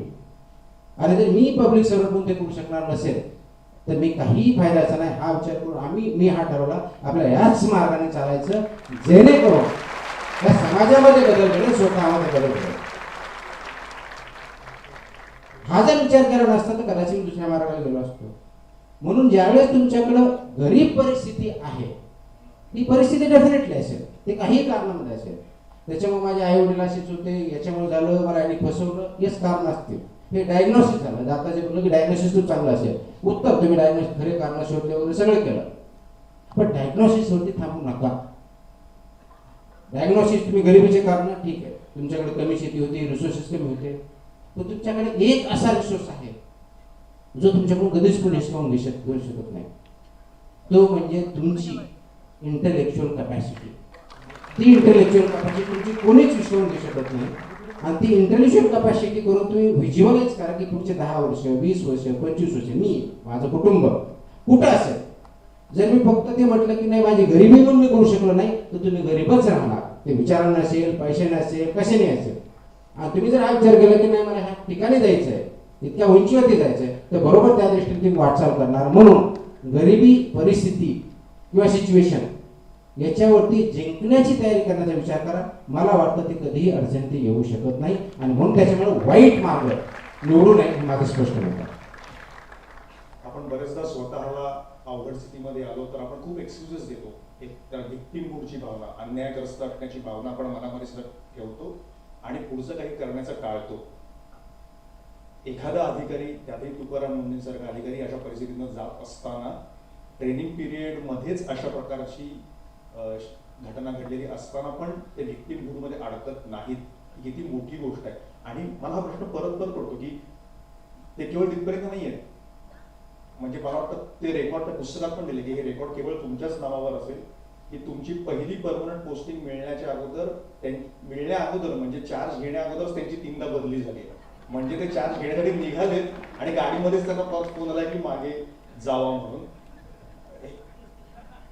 म्हणजे ते होत असताना आणि परत पुढे की 25 वर्षात 21 बदल्या. मी सहज त्या तुझ्या टेन्युअरच्या बघत होतो. 21 वर्ष नाही झाले मला, 21 वर्ष झाले. 21 वर्षात 25 21 वर्षात 25 बदल्या. तर मी तुमची टेन्युअर्स बघत होते, कुठं पूर्ण होत नाही. पण हे सगळं होत असताना म्हणजे आज आम्ही सगळे, मी हे म्हटल्यानंतर सगळ्यांनी इथे टाळ्या वाजवल्या, सगळे हसले. त्याच्यामध्ये तुम्ही पण त्याचे एक खूप गंभीर चेहरा न करता तुम्ही ते अगदी कॅज्युअली घेता की हे. पण कोणासाठीच, कुठल्याच पक्षासाठी, समाजासाठी, राज्यासाठी, देशासाठी एखाद्या प्रामाणिक ठरवल्या गेलेल्या ऑफिसरला एवढ्या टेन्युअर कधी पूर्ण न करता एवढ्या बदल्या एवढ्या कमी काळामध्ये याव्या, हे काही म्हणजे वरवर घेण्याची गोष्ट नाही किंवा हसण्याची बिलकुलच नाही. आणि आता ते एका प्रकारे तुमचं म्हणजे त्याचा उल्लेख वारंवार एका प्रकारचं पदक, बॅच असं होतं की बघा यांनी चांगलं काम केलं म्हणून त्यांची बदली झाली. पण व्यक्ती म्हणून तुमच्यात काय होतं, म्हणजे नक्की वाईट वाटतं असेल. माझ्या बाबतीत हे झालं. आता कौतुकाने आम्ही सगळे म्हणतोय ठीक आहे, पण व्यक्ती म्हणून मला जर असं काही झालं, मी करत होतो काहीतरी आणि मला जावं लागलं, हे वाईट वाटत असेलच नाही. तुम्ही कधीतरी या जरी तुम्ही व्यक्तीमुळे अन्यायग्रस्ताची गोष्ट किंवा गरिबीचा काही एक्सक्यूज स्वतःला लावून नाही घेतला पुढे जाण्यासाठी, त्यांनी सुद्धा हात वाईट वाटेल, माणूस होता मात्र. नाही, याच्यावरती होतं ना, स्टार्टिंगला वाईट वाटायचं, आता वाईट किती दिवस वाटून घेणार हाही प्रश्न पडला नाही.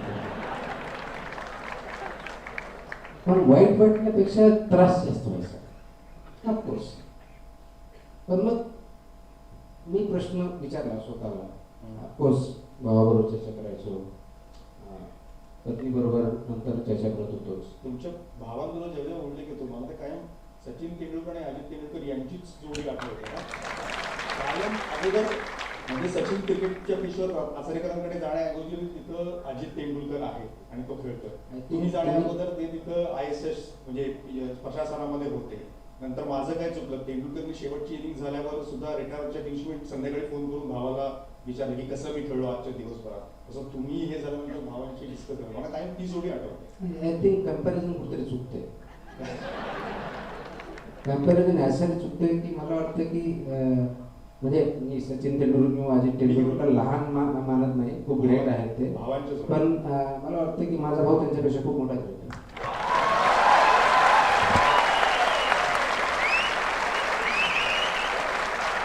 आणि मी ऑनेस्टली म्हणतो, म्हणजे याच्यामध्ये डिसऑनेस्टी काहीच नाही. ते तुमच्या घराचं त्याचं कारण सांगतो मी कशासाठी म्हणतोय. आपण भावाभावाचे भांडणं पण भरपूर ऐकले असते, बऱ्यापैकी ऐकतो. कुटुंबामध्ये छोट्या छोट्या गोष्टीहून भांडणं झालेले पण ऐकले, किंवा वैमनस्य प्रॉपर्टी पण याच्यावर त्याच्यावर झाले असते. ज्यावेळेस त्याचं स्वतःला 2 वर्ष जेवणाची प्रॉब्लेम होते, त्यावेळेस तो मला घेऊन येतो. 8-8 दिवस त्यांनी, मला आठवतं की 8-8 दिवस आय रिमेंबर स्टील, त्यांनी फक्त पाण्यावर काढलेले, मला सांगायचं नाही पण पाण्यावर काढलेले. आणि मला तो वडापाव म्हणजे आमलेट पाव वगैरे खाण्यासाठी द्यायचा. आणि आजही तीच परिस्थिती, आजही म्हणजे पेपरमधून काय वाटलं, व्हॉट्सअपमध्ये गेलं, सर्वात पहिला कॉल जर येत असेल तर त्याचा येतो की नेमकं काय होतं, काय झालं, तो समजून घेतो. कारण त्याला माहिती आहे की जी काय म्हणतात त्याला, एका प्रकारे मी पण वेगळ्या प्रकारचा हट्टी असल्यामुळं त्याला थोडं कधी शांत करावं, त्याचा फोन येतो. तर तो ग्रेट आहे. ते प्रश्न बदलायचा जो होतं की वाईट वाटतं का, तो वाईट वाटणं मी कधी सोडून देत नाही, त्याचं कारण सांगतो. मग मला हा विचार आला की बदल्या जर होत आहेत, मग परत काय करायचं. जर आपण आपल्या तेवढा टेकवर भेटला नाही तर नेमकं आपण काय केलं पाहिजे. आणि म्हणून मग हे सगळे विचारात त्याला विचार केला की आपण काम त्यासाठी करायचं. 3 वर्ष काम करण्यासाठी, पोस्टिंग राहण्यासाठी करायचे का, जेवढा वेळ भेटेल तेवढं पब्लिक सर्व्हिस चांगलं करते यासाठी करायचं. त्याचं उत्तर सिंपल होतं की पब्लिक सर्व्हिससाठी करायचं. So I should not think about बदली. तर बदलीचा विचार न करता जेवढा वेळ भेटेल तेवढं चांगलं जेवढं करता येईल त्या दृष्टीने प्रयत्न चालू केले, आणि जे करता येईल तेवढं करण्याचा प्रयत्न केला. त्याच्यामुळं वाईट वाटण्याचे दिवस खूप पाठीमागे गेलेले आहेत. मात्र public service in given time, given posting किती बेटर करता येईल, अपडेटमेंट कसं वाढवता येईल, सिस्टम कशी बनवून बसवता येईल, आणि या सगळ्यामुळे ही सिस्टम कशी पुढे राहील या दृष्टीने विचार करून त्या दृष्टीनं काम करत असतो. कदाचित याच काही मला माहीत नाही, हे कदाचित एक कारण असू शकेल की ज्याप्रमाणे बऱ्याच वेळेस आपण म्हणता की गेलं की तुम्ही धडधड चालू करता तर स्पीड एकदम वाढलेला, कदाचित त्याचंही कारण असेल. तुमच्या त्या स्पीडच्याच याच्यापाशी यायचं होतं की तुमची कार्यपद्धती आणि तुमची स्टाईल, त्याला तर मुंडे स्टाईल, मुंडे पॅटर्न याबद्दल सगळे म्हणतात. त्याच्याकडे 2 प्रकारे बघणारे लोक आहेत. जसे बहुतांशाने सगळे कौतुकानेच बघणार, आणि ऑफकोर्स तुम्ही नियमांच्या बाजूला उभे आहात, नियम दाखवतात, नियम लिहिलेले आहेत आणि त्याच्यामुळं ते असे पाळले गेले पाहिजेत, आणि त्यासाठीच तुम्ही किंवा ते अधिकारी त्या पदावर आहेत. त्याच्याबद्दल त्याचं कौतुक आणि योग्य अर्थ हे कवावी प्रत्येकामध्ये असतात. पण त्याचं दुसरं आणखी पण एक गोष्ट आहे, तर जे आपण तुमच्या कौतुकासोबत थोडं आक्षेपांच्या एका यादीमध्ये टाकू की तुम्ही आता ज्याला घाई म्हणालात किंवा धड सगळा काही नाही, स्पीड बरोबर. स्पीडला किती वेगळे अर्थ कॉन्टेक्शन, बॉलिंग करत असेल तर पेस, तर बरोबर तो स्पीड. तर तुमचा सगळा स्पीड, तुमची कार्यपद्धती जरा तुकाराम मुंडे थोडं सबुरीने का घेत नाही. एखादी सिस्टीम त्यांना बदलायची आहे, त्यांना योग्य करायचं आहे, हे सगळं बरोबर आहे, पण जर ती सिस्टीम समजून घेतली, लोकांना त्याच्यावर समजून घेतलं, सगळं बरोबर नाही, ही गोष्ट खरी आहे. आपण काही एकदम आयडियल ठिकाणी राहत नाहीये. तर ते जर करून घेतलं तर ते आणखी काळ, ह्या ज्या पटापट बदल्या होत आहेत ते आणखी तिथं काळ काही राहू शकतील. पण त्यांनी जरा समजून घेतलं तर एखादा प्रामाणिक अधिकारी जो खरंच व्यवस्था बदलू पाहतो आहे तो जास्त काळ तिथे राहील, तुम्हालाच अधिक जास्त संधी मिळेल. पण तुकाराम मुंडे समजून घेत नाही, ते जातात आणि स्पीडनं कामाचा धडाका लावतात. हा आक्षेप तुम्हाला हे पडतं का? काय समजून घेत नाही?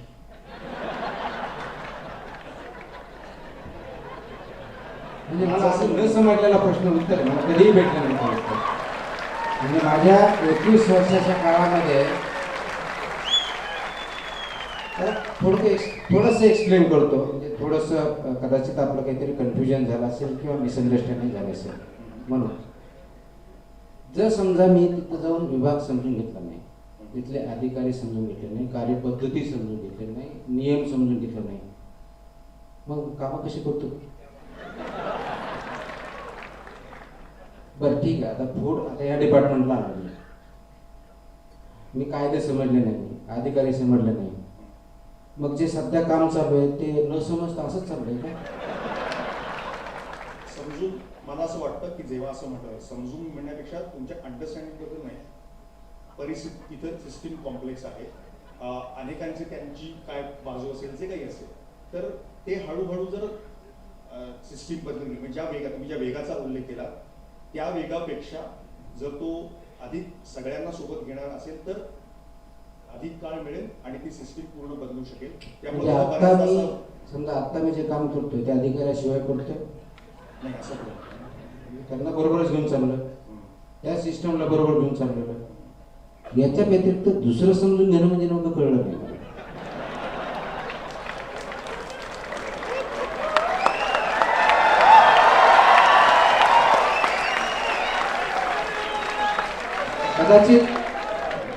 कदाचित जे दुसरं सिस्टमचा पार्ट होण्यासाठी समजून असेल ते मी कधीच घेणार नाही असं मला.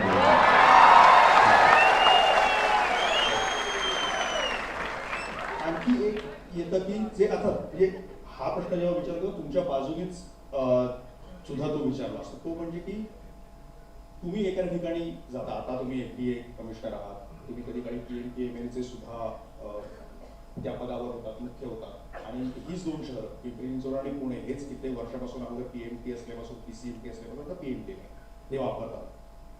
तुम्ही पटापटा म्हणजे कामाचा धडाका सुरू होतो, गोष्टी काही बदलायला सुरू होतात आणि तेवढ्यात तुमची बदली होते किंवा आणि काही होतं, आणि त्या पश्चात तो जो विभाग आहे किंवा गोष्टी आहेत त्या व्यवस्था मग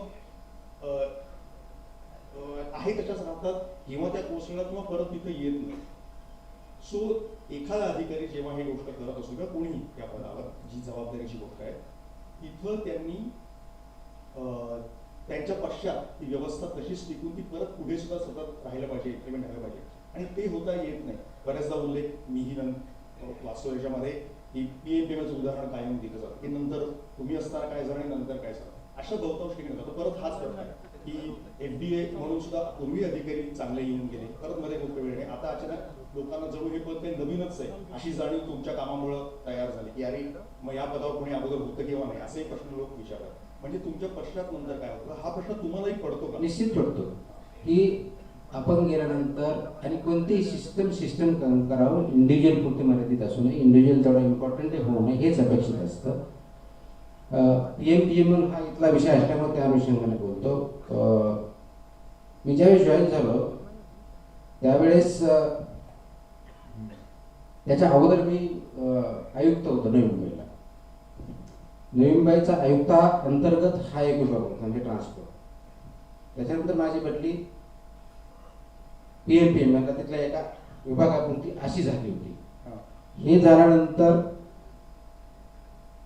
इथली जी परिस्थिती होती म्हणजे लॉसेसमध्ये तेव्हाही होतं, आजची परिस्थिती मला माहीत नाही आहे, आणि ही कंपनी आहे, त्या कंपनीमध्ये चेअरमन आणि मॅनेजिंग डायरेक्टर म्हणून ते पद आहे, त्या ठिकाणी माझी बदली झाली होती. आणि मला आठवतं की त्या काळामध्ये आल्यानंतर कारण मी जिथली ट्रान्सपोर्ट आहे नवी मुंबईची ट्रान्सपोर्ट ती मी लॉसेसमधून बाहेर काढली होती. जे काही 5-6 महिने भेटले होते त्या काळामध्ये लॉसेसमधून बाहेर काढले होते, सेवा वाढवलेल्या होत्या, operational 100% operational equal break even आलेलं होतं आणि मॉडर्नायझेशनचं प्लेटचं पण केलं होतं. ह्या सगळ्या गोष्टी तिथे केलेल्या होत्या. त्याच्यामुळे तो अनुभव माझ्याकडे होता. इथं आल्यानंतर ज्यावेळेस काम करायला घेतलं तर ते सगळा अनुभव आणि माझं जे काही नॉलेज असेल आणि जे मला करायचं होतं तर ते ऑटोमेशन केलं का माझ्या काळात पूर्णपणे ऑटोमेशन झालं होतं. जवळजवळ 12 मॉड्यूलचं IT चं मॉड्यूल कदाचित इंडियामधलं फर्स्ट एव्हर ट्रान्सपोर्टमधलं ऑटोमेशन मॉड्यूल PMPM झालं तर नवीन मुंबईनंतर. ते मॉडेल आपल्या माहितीसाठी सांगतो, इथून सिंगापूर गव्हर्नमेंटने उचललं. इथलं मॉडेल सिंगापूर गव्हर्नमेंटने उचलून तिथली सिस्टीम त्यांनी चांगली केली. आता त्यावेळेस नवी मुंबई नंतर PMPM मला अशी होती की तुमच्या घरात बसून तुम्हाला अलर्ट जर तुमच्या ॲपला तो अलर्ट येतो कधी तुमची बस 5 मिनिटात पोहोचते, तुम्हाला 5 मिनिटात लागतं, you can start walking from your house. इथपर्यंत आपण ती सिस्टम दिलेली होती. ते आज चालू आहे की नाही मला माहित नाही. पण ज्यावेळेस हाच प्रश्न होता. ज्यावेळेस एखादी सिस्टम आपण ज्या ठिकाणी जातो तर प्रथमतः एक्झिस्टिंग सिस्टम रिफॉर्म करणं हा पहिला पार्ट असतो. ते मी करतो. आवश्यक त्या ठिकाणी नवीन सिस्टम उभारणं हा दुसरा पार्ट असतो. ते मी करतो. ह्या सिस्टम स्टॅबिलाइज होण्यासाठी काही काळ लागतो आणि स्टॅबिलाइज झाल्यानंतर परमनंट करण्यासाठी काही काळ लागतो. परमनंट म्हणजे तुमच्या नंतरही ती सुरू राहिली म्हणजे ती सिस्टम परमनंट होण्यासाठी अधिकारी नाही सिस्टम. राईट. ते सिस्टम परमनंट होण्यासाठी काही काळ लागतो. आता सर्वसाधारणपणे मला असं सांगायचं गेल्यानंतर 5-6 महिने तुम्हाला समजून घ्यायला लागतात. आता तेवढा जर वेळ मी गाठला तर माझं आयुष्य फक्त समजून घेण्यातच जाईल. ते काय मला शक्य नाही. म्हणजे ते तर माझे शक्य नाही. पण ज्या ठिकाणी माझी बदली होते त्या ठिकाणी त्यातला अभ्यास लवकरात लवकर कसा करता येईल काही अगोदरही केलेला असतो. जनरल सिस्टम माहीत असतात तर ते करत असतो. पण डे 1 पासून त्याचे रिफॉर्म्स चालू होतात. डे 1 पासून म्हणजे तुम्ही FDAला बघा, कलेक्टर म्हणून बघा, CEO म्हणून बघा, कोणत्याही ठिकाणी बघा, तुम्हाला दिसेल डे 1 पासून माझे रिफॉर्म होते. मी सांगत असतो की आपल्याला ह्या गोष्टी करायच्या आहेत. ज्या दिवशी पहिल्या मीटिंगमध्ये किंवा दुसऱ्या दिवशी आपण सांगतो की हे रिफॉर्म करायचे आहेत तर पहिला बॉम्ब तिथं पडतो की एवढे रिफॉर्म करायचे. हा खूप हुशार झाला, निघून जाणार. कोणी बोलत नाही पण ध्येय बोलतीच असते. ठीक आहे, आतापर्यंत आले, भरपूर गेले, इथं काय होणार नाही. ठीक आहे, जाते. आणि ते रिफॉर्म झाल्यानंतर मग त्याच्या पाठीच्या स्टेप्स असतात त्या आपण करत राहतो. आणि ते जसे जसे सर्वसाधारणपणे 2-3 महिने जातात बाय टाईप सिस्टम चालू होतात, रिफॉर्म होतात, नवीन काहीतरी येतात. नवीन सिस्टम मला सर्वसाधारणपणे म्हणजे एक्झिस्टिंग सिस्टम रिफॉर्म करायला मला 3 महिने लागतात. आणि नवीन ज्या काही आवश्यक आहेत ते 6 ते महिने ते सर्वसाधारणपणे 1 वर्ष म्हणजे जॉईन झाल्यापासून एवढा कालावधी लागतो. आता हे नवीन सिस्टम तर येतात पण ते स्टॅबिलाइज व्हायला काहीतरी 6 महिने एखादा वर्ष लागतो तुमची सिस्टम उभारल्यानंतर. तो जर वेळ भेटला नाही तर सिस्टम स्टॅबिलाइज होत नाही, अंगीकृत होत नाहीत. का होत नाही? कारण एका सिस्टम मधून दुसऱ्या सिस्टम मध्ये गेल्यानंतर ती अंगीकारणं त्याचं कल्चर तयार करणे, त्याला वर्क कल्चर म्हणतो. ते तिथले जे स्टेक होल्डर्स आहेत, जे काम करणारे आहेत, परमनंट आहेत किंवा नागरिक आहेत, यांना ती अंगीकारावं लागतं. ते जर झालं तरच ती परमनंट होऊ शकते. तुम्ही स्टॅबिलाइज होण्यासाठी आणि परमनन्स येण्यासाठी एक काळ लागतो. सर्वसाधारणपणे तो 1 वर्षाचा मॅक्सिमम म्हणजे मी कमीत कमी सांगतो लागायला लागू शकतो. तर होतो. आणि या काळामध्ये ज्यावेळेस रिफॉर्म्स होत असतात आणि नवीन सिस्टम येत असतात खडाजंगी भरपूर होत असते. ऑफकोर्स होत असते. त्याचं कारण असं असतं की एखाद्या सिस्टममधून दुसऱ्या सिस्टममध्ये जात असताना वादविवाद होणार, फ्रिक्शन होणार, इंटरेस्ट असतात ते इंटरेस्ट होणार, नवीन इंटरेस्ट तयार होणार, सगळ्या गोष्टी होणार. इथलं PMPMचं उदाहरण देतो. मी ज्यावेळेस जॉईन झालो मला आठवतं फेब्रुवारीच्या आसपासचा महिना होता. फेब्रुवारी मार्च असंच केलं, फेब्रुवारी आणि मार्चच्या आसपास. तर पहिल्या 2-3 महिन्यामध्ये काय केलं असेल तर ऑटोमेशन एका बाजूला चालू होतं, दुसऱ्या बाजूला रूट रॅशनलायझेशन चालू होतं. म्हणजे बऱ्याच रूट मी बंद केले. तर पहिली रिफ्लेक्शन काय झालं की आमच्या भागामधले रूट बंद केले हे चालणार नाही. आम्ही ओनर आहोत म्हणजे PMC आणि PCMC आम्ही ओनर आहोत. ते तुम्ही आम्हाला कसं सांगता आमच्या भागात प्रश्न दिले तर आम्ही पैसे देणार नाही कारण कॉन्ट्रीब्युशन त्यांचं, कॅपिटल त्यांचं आहे, दे आर डायरेक्टर्स. अशा प्रकारच्याही देवाणघेवाण मीटिंगमध्ये बंद झालं. तर ते सांगितलं तर मी सांगितलं की तुमच्या इथलं बंद करण्याचं पाठीमागचं एवढंच कारण आहे की त्याच्यामध्ये पॅसेंजर नाही. ज्या दिवशी मला मिनिमम 60% लोड, त्याला लोड फॅक्टर म्हणतो बसमध्ये, 60% तुमची ऑक्युपन्सी होईल त्या दिवशी सांगा, दुसऱ्या दिवशी मी तुमचा रूट चालू करतो. आणि त्याचबरोबर असे काही रूट्स आहेत की ज्या ठिकाणी अगदी 150% ऑक्युपन्सी आहे त्या ठिकाणी मला बसेस नाही आहेत. ह्याला रूट रॅशनल तो पहिली गोष्ट केली, त्याच्यावरती विरोध भरपूर झाला आणि दुसऱ्या बाजूला ऍक्सेप्टन्स बस वाढला. तर सर्वसाधारणतः 3 महिन्यामध्ये 6 लाखाची रायडरशिप 12 लाखापर्यंत गेली. त्याच्या पाठीमागचं हे एक कारण होतं. आता रिफॉर्म्स केले. दुसरी गोष्ट, नुसते रायडरशिप केली नाही, तर दुसऱ्या बाजूला मी ज्यावेळेस आलो होतो मला आठवतं की ते टोटल 1800 बसेस होत्या. म्हणजे आता आकडा कमी जास्त होत असेल, पण टेंटेटिव्हली मला जेवढा 1800 होता. त्याच्यापैकी बसेस फक्त रस्त्यावरती 900 बसेस होत्या ऑन रोड. 1800 पैकी 900. बाकीच्या कुठं होत्या? कुठं रिपेअरला होत्या, तर कोणीतरी राईट ऑफ करायचे असतील किंवा ज्या भाड्याच्या होत्या त्या येत नव्हत्या. म्हणजे फ्लीट रस्त्यावरती किती असायला पाहिजे, तर सर्वसाधारणपणे टोटल फ्लीटच्या 95% फ्लीट रस्त्यावरती पाहिजे आणि आमचे किती होतं? 50%. 3 महिन्यामध्ये ते पर्सेंटेज 80% वरती गेलं. रिफॉर्म्स का? रिफॉर्म्स बघावं लागेल, तिथले बेस्ट इंटरेस्ट काढावं लागते. तिसरी गोष्ट, हे सगळे 1800 बसेस 900 चालू होत्या, स्टाफ मात्र 1800 होता. पगार मी 1800च्या देत होतो. कंडक्टर, ड्रायव्हर सगळ्यांना देत होतो.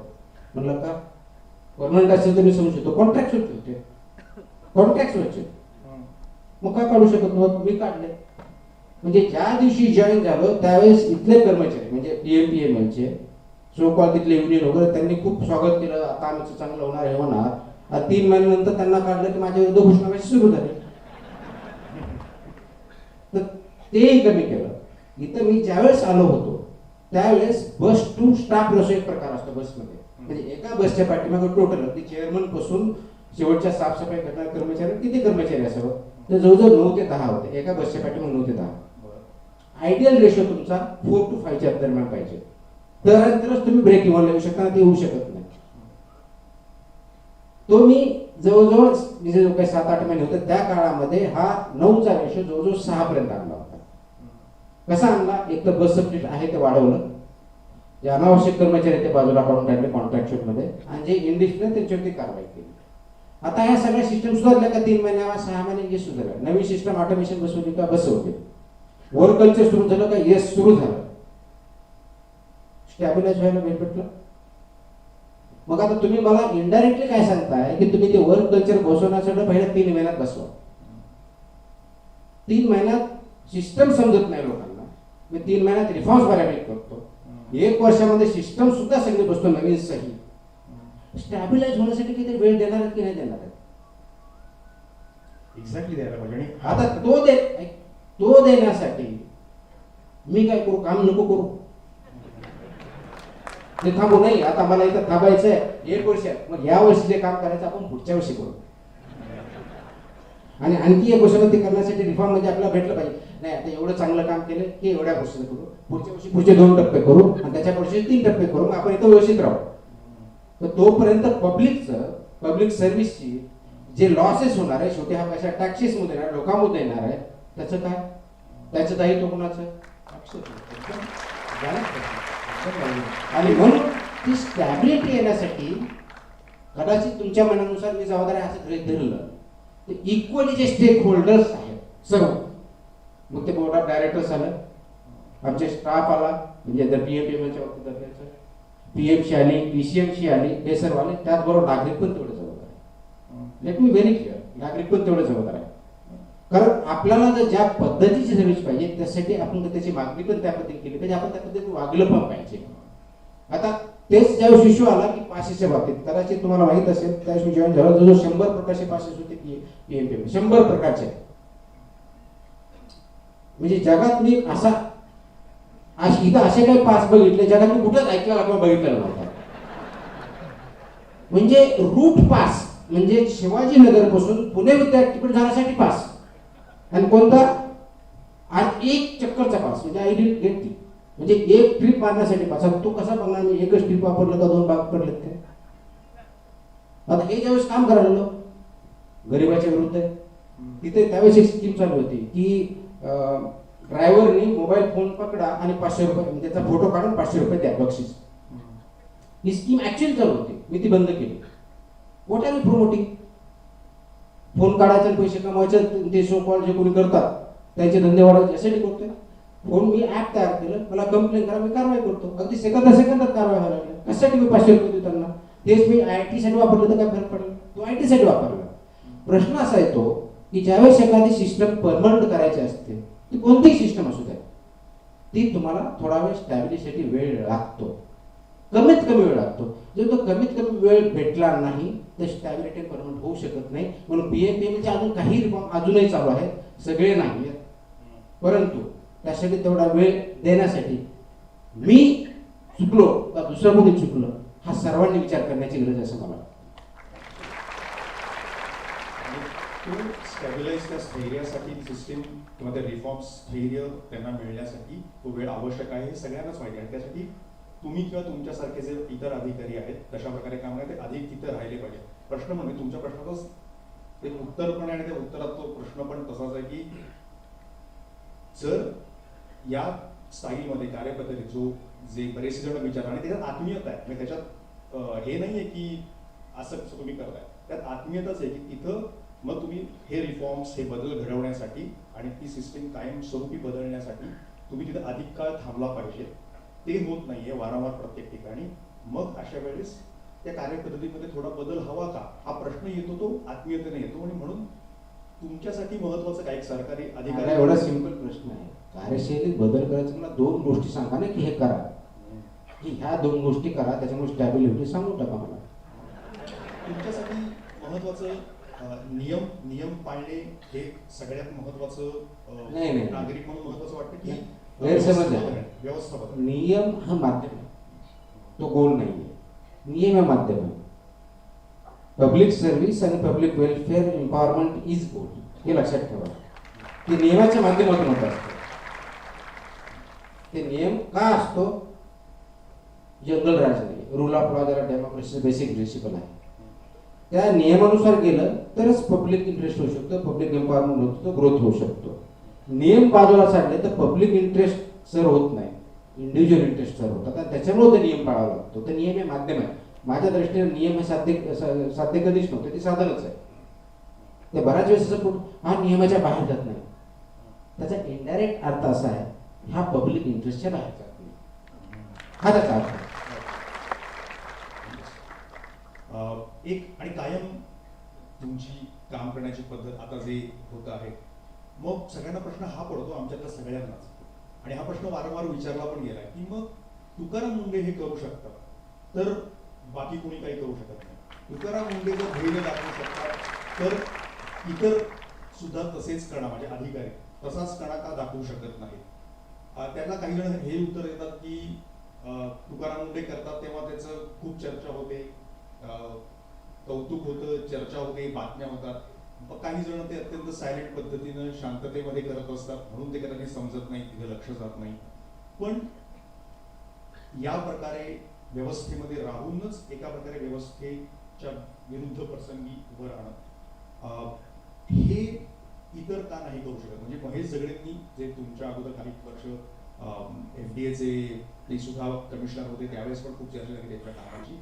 त्यांनी पण एक लेख मी त्यांचा वाचण्यात आला, त्यातही त्यांनी हेच म्हटलं की पूर्वी पण बरीच PN शेषन यांचा उल्लेख वारंवार झाला. गुर्रा खैनारांनी मुंबईचे काम केलं होतं, अशोक खेमकांचं काम तिकडे उत्तरेत बघितलं होतं.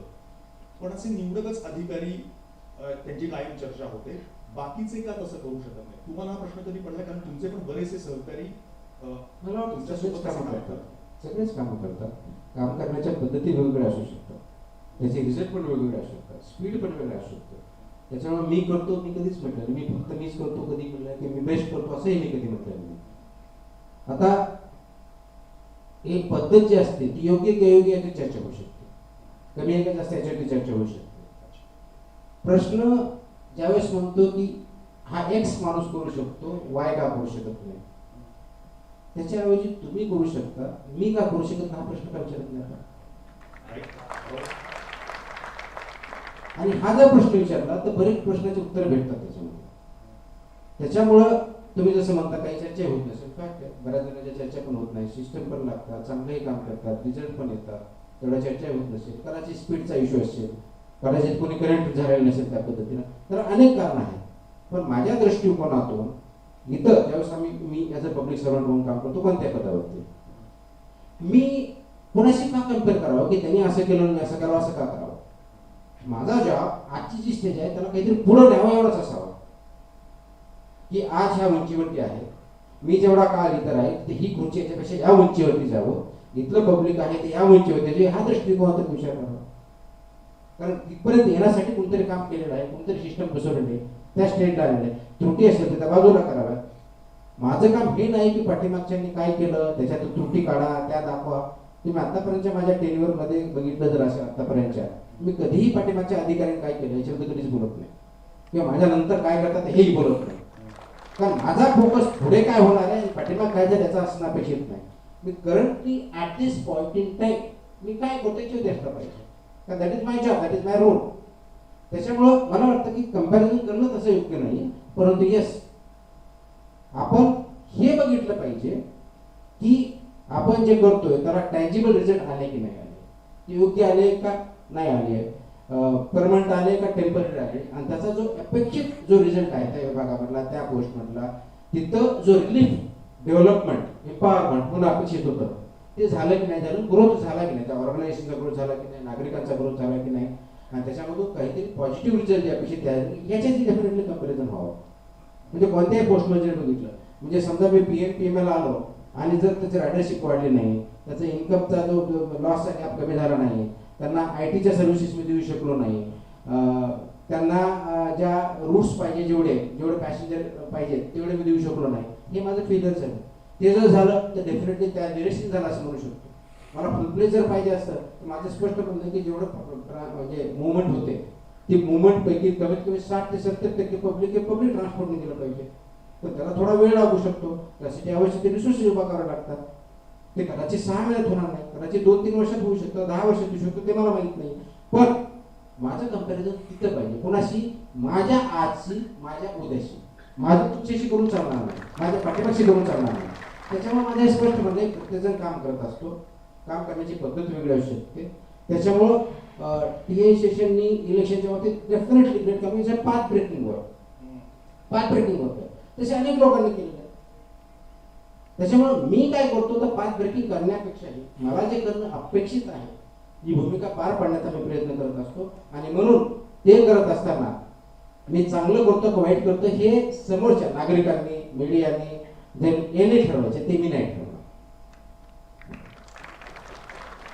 तुम्ही मगाशी PMPMLचं उदाहरण देताना शेवटी हेही म्हणतात की नागरिकांनी जे वापरणारे आहेत त्यांनी सुद्धा त्याची जबाबदारी घेतली पाहिजे, जे आणि इतर व्यवस्थांच्या बाबतीमध्ये सुद्धा. तुम्हाला हे वाटतं का की आम्ही सगळे आता सगळे मी म्हणते की तुमची प्रचंड क्रेज आहे, खूप कौतुक होत आहे, प्रत्येकालाच ते आवडत आहे, सगळेच टाळ्या वाजवत आहेत, आम्हाला सगळेच लोकांना फार सहज कोणाला तरी एकाला हिरो करणं किंवा नायकत्व बहाल करणं हे आवडतं.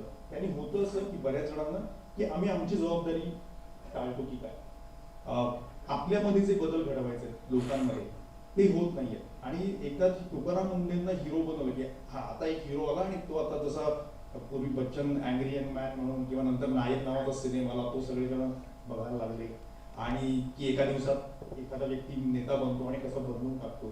सो आम्हाला हिरो सगळे हवे, पण त्याच्या भोवती त्याच्या मागे आपली जबाबदारी, त्याच्याबद्दल नियम हे सगळे पाळतायत पण आपण नियम पाळतो. तुम्हाला वाटतं की खूप सहज तुम्हाला किंवा अशा प्रकारचं काम करणाऱ्या व्यक्तीला एक नायकत्व, आणि सध्या तर अनेक गुरु, महागुरु, विश्वगुरु असे तर शब्द सर्रास वापरले जातातच, त्यावेळेस जणू एखाद्या व्यक्तिपूजाची जणू लाटाचे असं परिस्थिती दोन इश्यू त्याच्यामध्ये. मी बऱ्याच वेळेस बोलतो की NIMBY syndrome, not in my backyard. आणि दुसरं आहे की एकतर समोरच्या व्यक्तीला गॉड ऑर डेव्हिल, दोन्ही प्रकारचं देणं. आता नॉट इन माय बॅकवर्ड म्हणजे काय की मी सोडून दुसऱ्याने करावं, म्हणजे आपण मराठीत म्हणजे शिवाजी जन्म दुसऱ्याच्या घरात. तर हा जो सिंड्रोम आणि त्याचाच अनुषंगिक एक तर कोणाला तरी देवत्व द्यावं किंवा दानव मानावं, ह्या दोन्ही गोष्टी खूप डेंजर आहेत कोणत्याही समाजासाठी. आता इंडिव्हिज्युअल लेवलला, कौटुंबिक लेवलला, सामाजिक लेवलला, तुमच्या समाजातल्या किंवा शासकीय लेवलला सगळ्या ठिकाणी हे डेंजर आहे. इव्हन डॉक्टर बाबासाहेब आंबेडकर सुद्धा ते म्हटलं ते कुणालाही दानव म्हणू नका. कॉन्स्टिट्यूशन कितीही ग्रेट असली तर ती जर इम्प्लिमेंट करणारे लोक नसतील तर त्या कॉन्स्टिट्यूशनला काही अर्थ राहणार नाही. मग तुम्ही माणूस आहात, पण माणूस पण वागत नसतं तर तुमच्यामध्ये आणि दुसऱ्या प्राण्यामध्ये काय फरक राहणार आहे?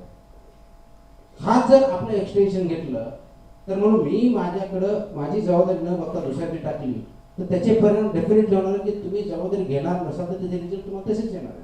गृहीत करा तुमच्या कुटुंबामध्ये तुम्ही एल्डेस्ट पर्सन आहात, तुम्ही वडील आहात आणि मुलांच्या शिक्षक तुम्हाला वाटतं की मुलांनी खूप चांगलं शिकावं, त्याला संस्कार चांगले व्हावेत, त्यांनी अभ्यास करावा, त्याने डिसिप्लिन असावं, चांगलं अपेक्षित आहे का? अपेक्षित आहे, आईला ते वाटतं. पण तुम्ही मात्र डिसिप्लिन पाळणार नाही, ना वेळेवर जेवायला येणार, ना वेळेवर उठणार, ना वेळेवर काम करणार, ना वेळेवर सामान आणणार, ना वेळेवर जरा पुस्तकं देणार, ना वेळेवर स्वतः अभ्यास घेणार किंवा मदत करणार. हा तो मुलगा किंवा मुलगी हे तुमच्याकडे बघत राहणार. त्याच्यातून ते काय म्हणणार, अरे तू अभ्यास केला पाहिजे, तू पण तसंच करणार. घरामध्ये वडील सांगणार की तुम्ही दुसऱ्यांना चांगला रिस्पेक्ट दिला पाहिजे, मोठ्या व्यक्तींना तुम्ही आदर केला पाहिजे, पण तेच पत्नीशी बोलताना मात्र ओरडून बोलणार. तर त्या परिस्थितीमध्ये तुमचा मुलगा हे कसं अपेक्षित का तुम्ही की त्याने डिसिप्लिन पाहिजे, त्याने आईला रिस्पेक्ट केला पाहिजे, महिलांना रिस्पेक्ट केला पाहिजे, भावांना रिस्पेक्ट केला पाहिजे, ते कसं एक्सपेक्ट करतात? म्हणून ज्या वेळेस आपण दुसऱ्याकडून काही अपेक्षा करतो, असं बोट दाखवतो, ते 4 बोट आपल्याकडे असतात, नेहमी दाखवतो 4 बोट आपल्याकडे असतात. ते 4 बोटाचं काय करणार आहे? ते it has to begin with you. आणि म्हणून याचा प्रश्न परत आपण जिथून सुरू झालो, इंटलेक्च्युअल ऑनेस्टी अँड डिसऑनेस्टी याच्याशी येतो. फक्त बोलण्यापुरतं न राहता तुम्ही ते करत आहात की नाही, ते अंगीकारलं आहे की नाही, त्याच्यावरती तुम्ही चालता आहात की नाही, हा खरा प्रश्न असतो. आणि तो फक्त समाजापुरता मर्यादित नाहीये, तो इंडिव्हिज्युअल पासून सुरुवात होऊन सगळ्यापर्यंत जातो. मग तुम्ही ते लोकल बॉडीच्या बाबतीत बोलू शकता, तुम्ही स्टेट गव्हर्नमेंटच्या बाबतीत बोलू शकता, नॅशनल गव्हर्नमेंटच्या बाबतीत बोलू शकता, तुमच्या कुटुंबाच्या बाबतीत बोलू शकता, शाळेच्या बाबतीत बोलू शकता. तर हा जो सिंड्रोम आहे, देवत्व देणं कुणाला, डॉक्टर बाबासाहेब आंबेडकरांनी ग्रेटेस्ट कॉन्स्टिट्यूशन लिहिली का? येस. पण मग तुम्ही जर असं म्हणत असेल त्याच कॉन्स्टिट्यूशन माझं नुकसान होतंय, तर जबाबदारी कोणाची? आपल्या नागरिकांची नाही की आपण ते चालवत आहोत की नाही योग्य प्रकारे. तुमची जर आपण म्हणतो की सर सिटी एकदम चांगली आहे आणि ती वाईट करण्यामध्ये जबाबदारी कोणाची? आपण सर्व जबाबदार आहोत. ऑफकोर्स लोकल बॉडी आली, त्याच्यामध्ये आम्ही आलो, तुम्ही आलो, तर मग ही जी जबाबदारी आहे याचं दायित्व आपण कधीतरी घेणार आहोत की नाही, फक्त दुसऱ्याकडे बोट दाखवणार आहोत. म्हणून देवत्व कुणाला देऊ नये. आपण हे शिकलं पाहिजे की प्रत्येक जण हा ह्युमन आहे, माणूस आहे, ह्युमन एकच आहे. आणि माणूस असल्यामुळं त्याला तो चुकू शकतो, हे पण ऍक्सेप्ट केलं पाहिजे. चांगलं केलं तर चांगलं, मला चुकलं तर त्याला पॉईंट आउट केलं पाहिजे आणि ते ऍक्सेप्ट करण्याची आपली तयारी पाहिजे. आणि आपणही चुकू शकतो हे गृहीत धरून चुकलो तर आपण इम्प्रूव्हमेंट करण्याची तयारी पाहिजे. तरच आपण प्रोग्रेस करू शकतो, नाही तर प्रोग्रेस करू शकत नाही. देवत्व देऊन किंवा दानवत्व देऊन समाज पुढे जाऊ शकत नाही जाऊ शकत. कारण आता आपण ते करण्याचा आपण बरोबर प्रयत्न केलाय का, करतोय का?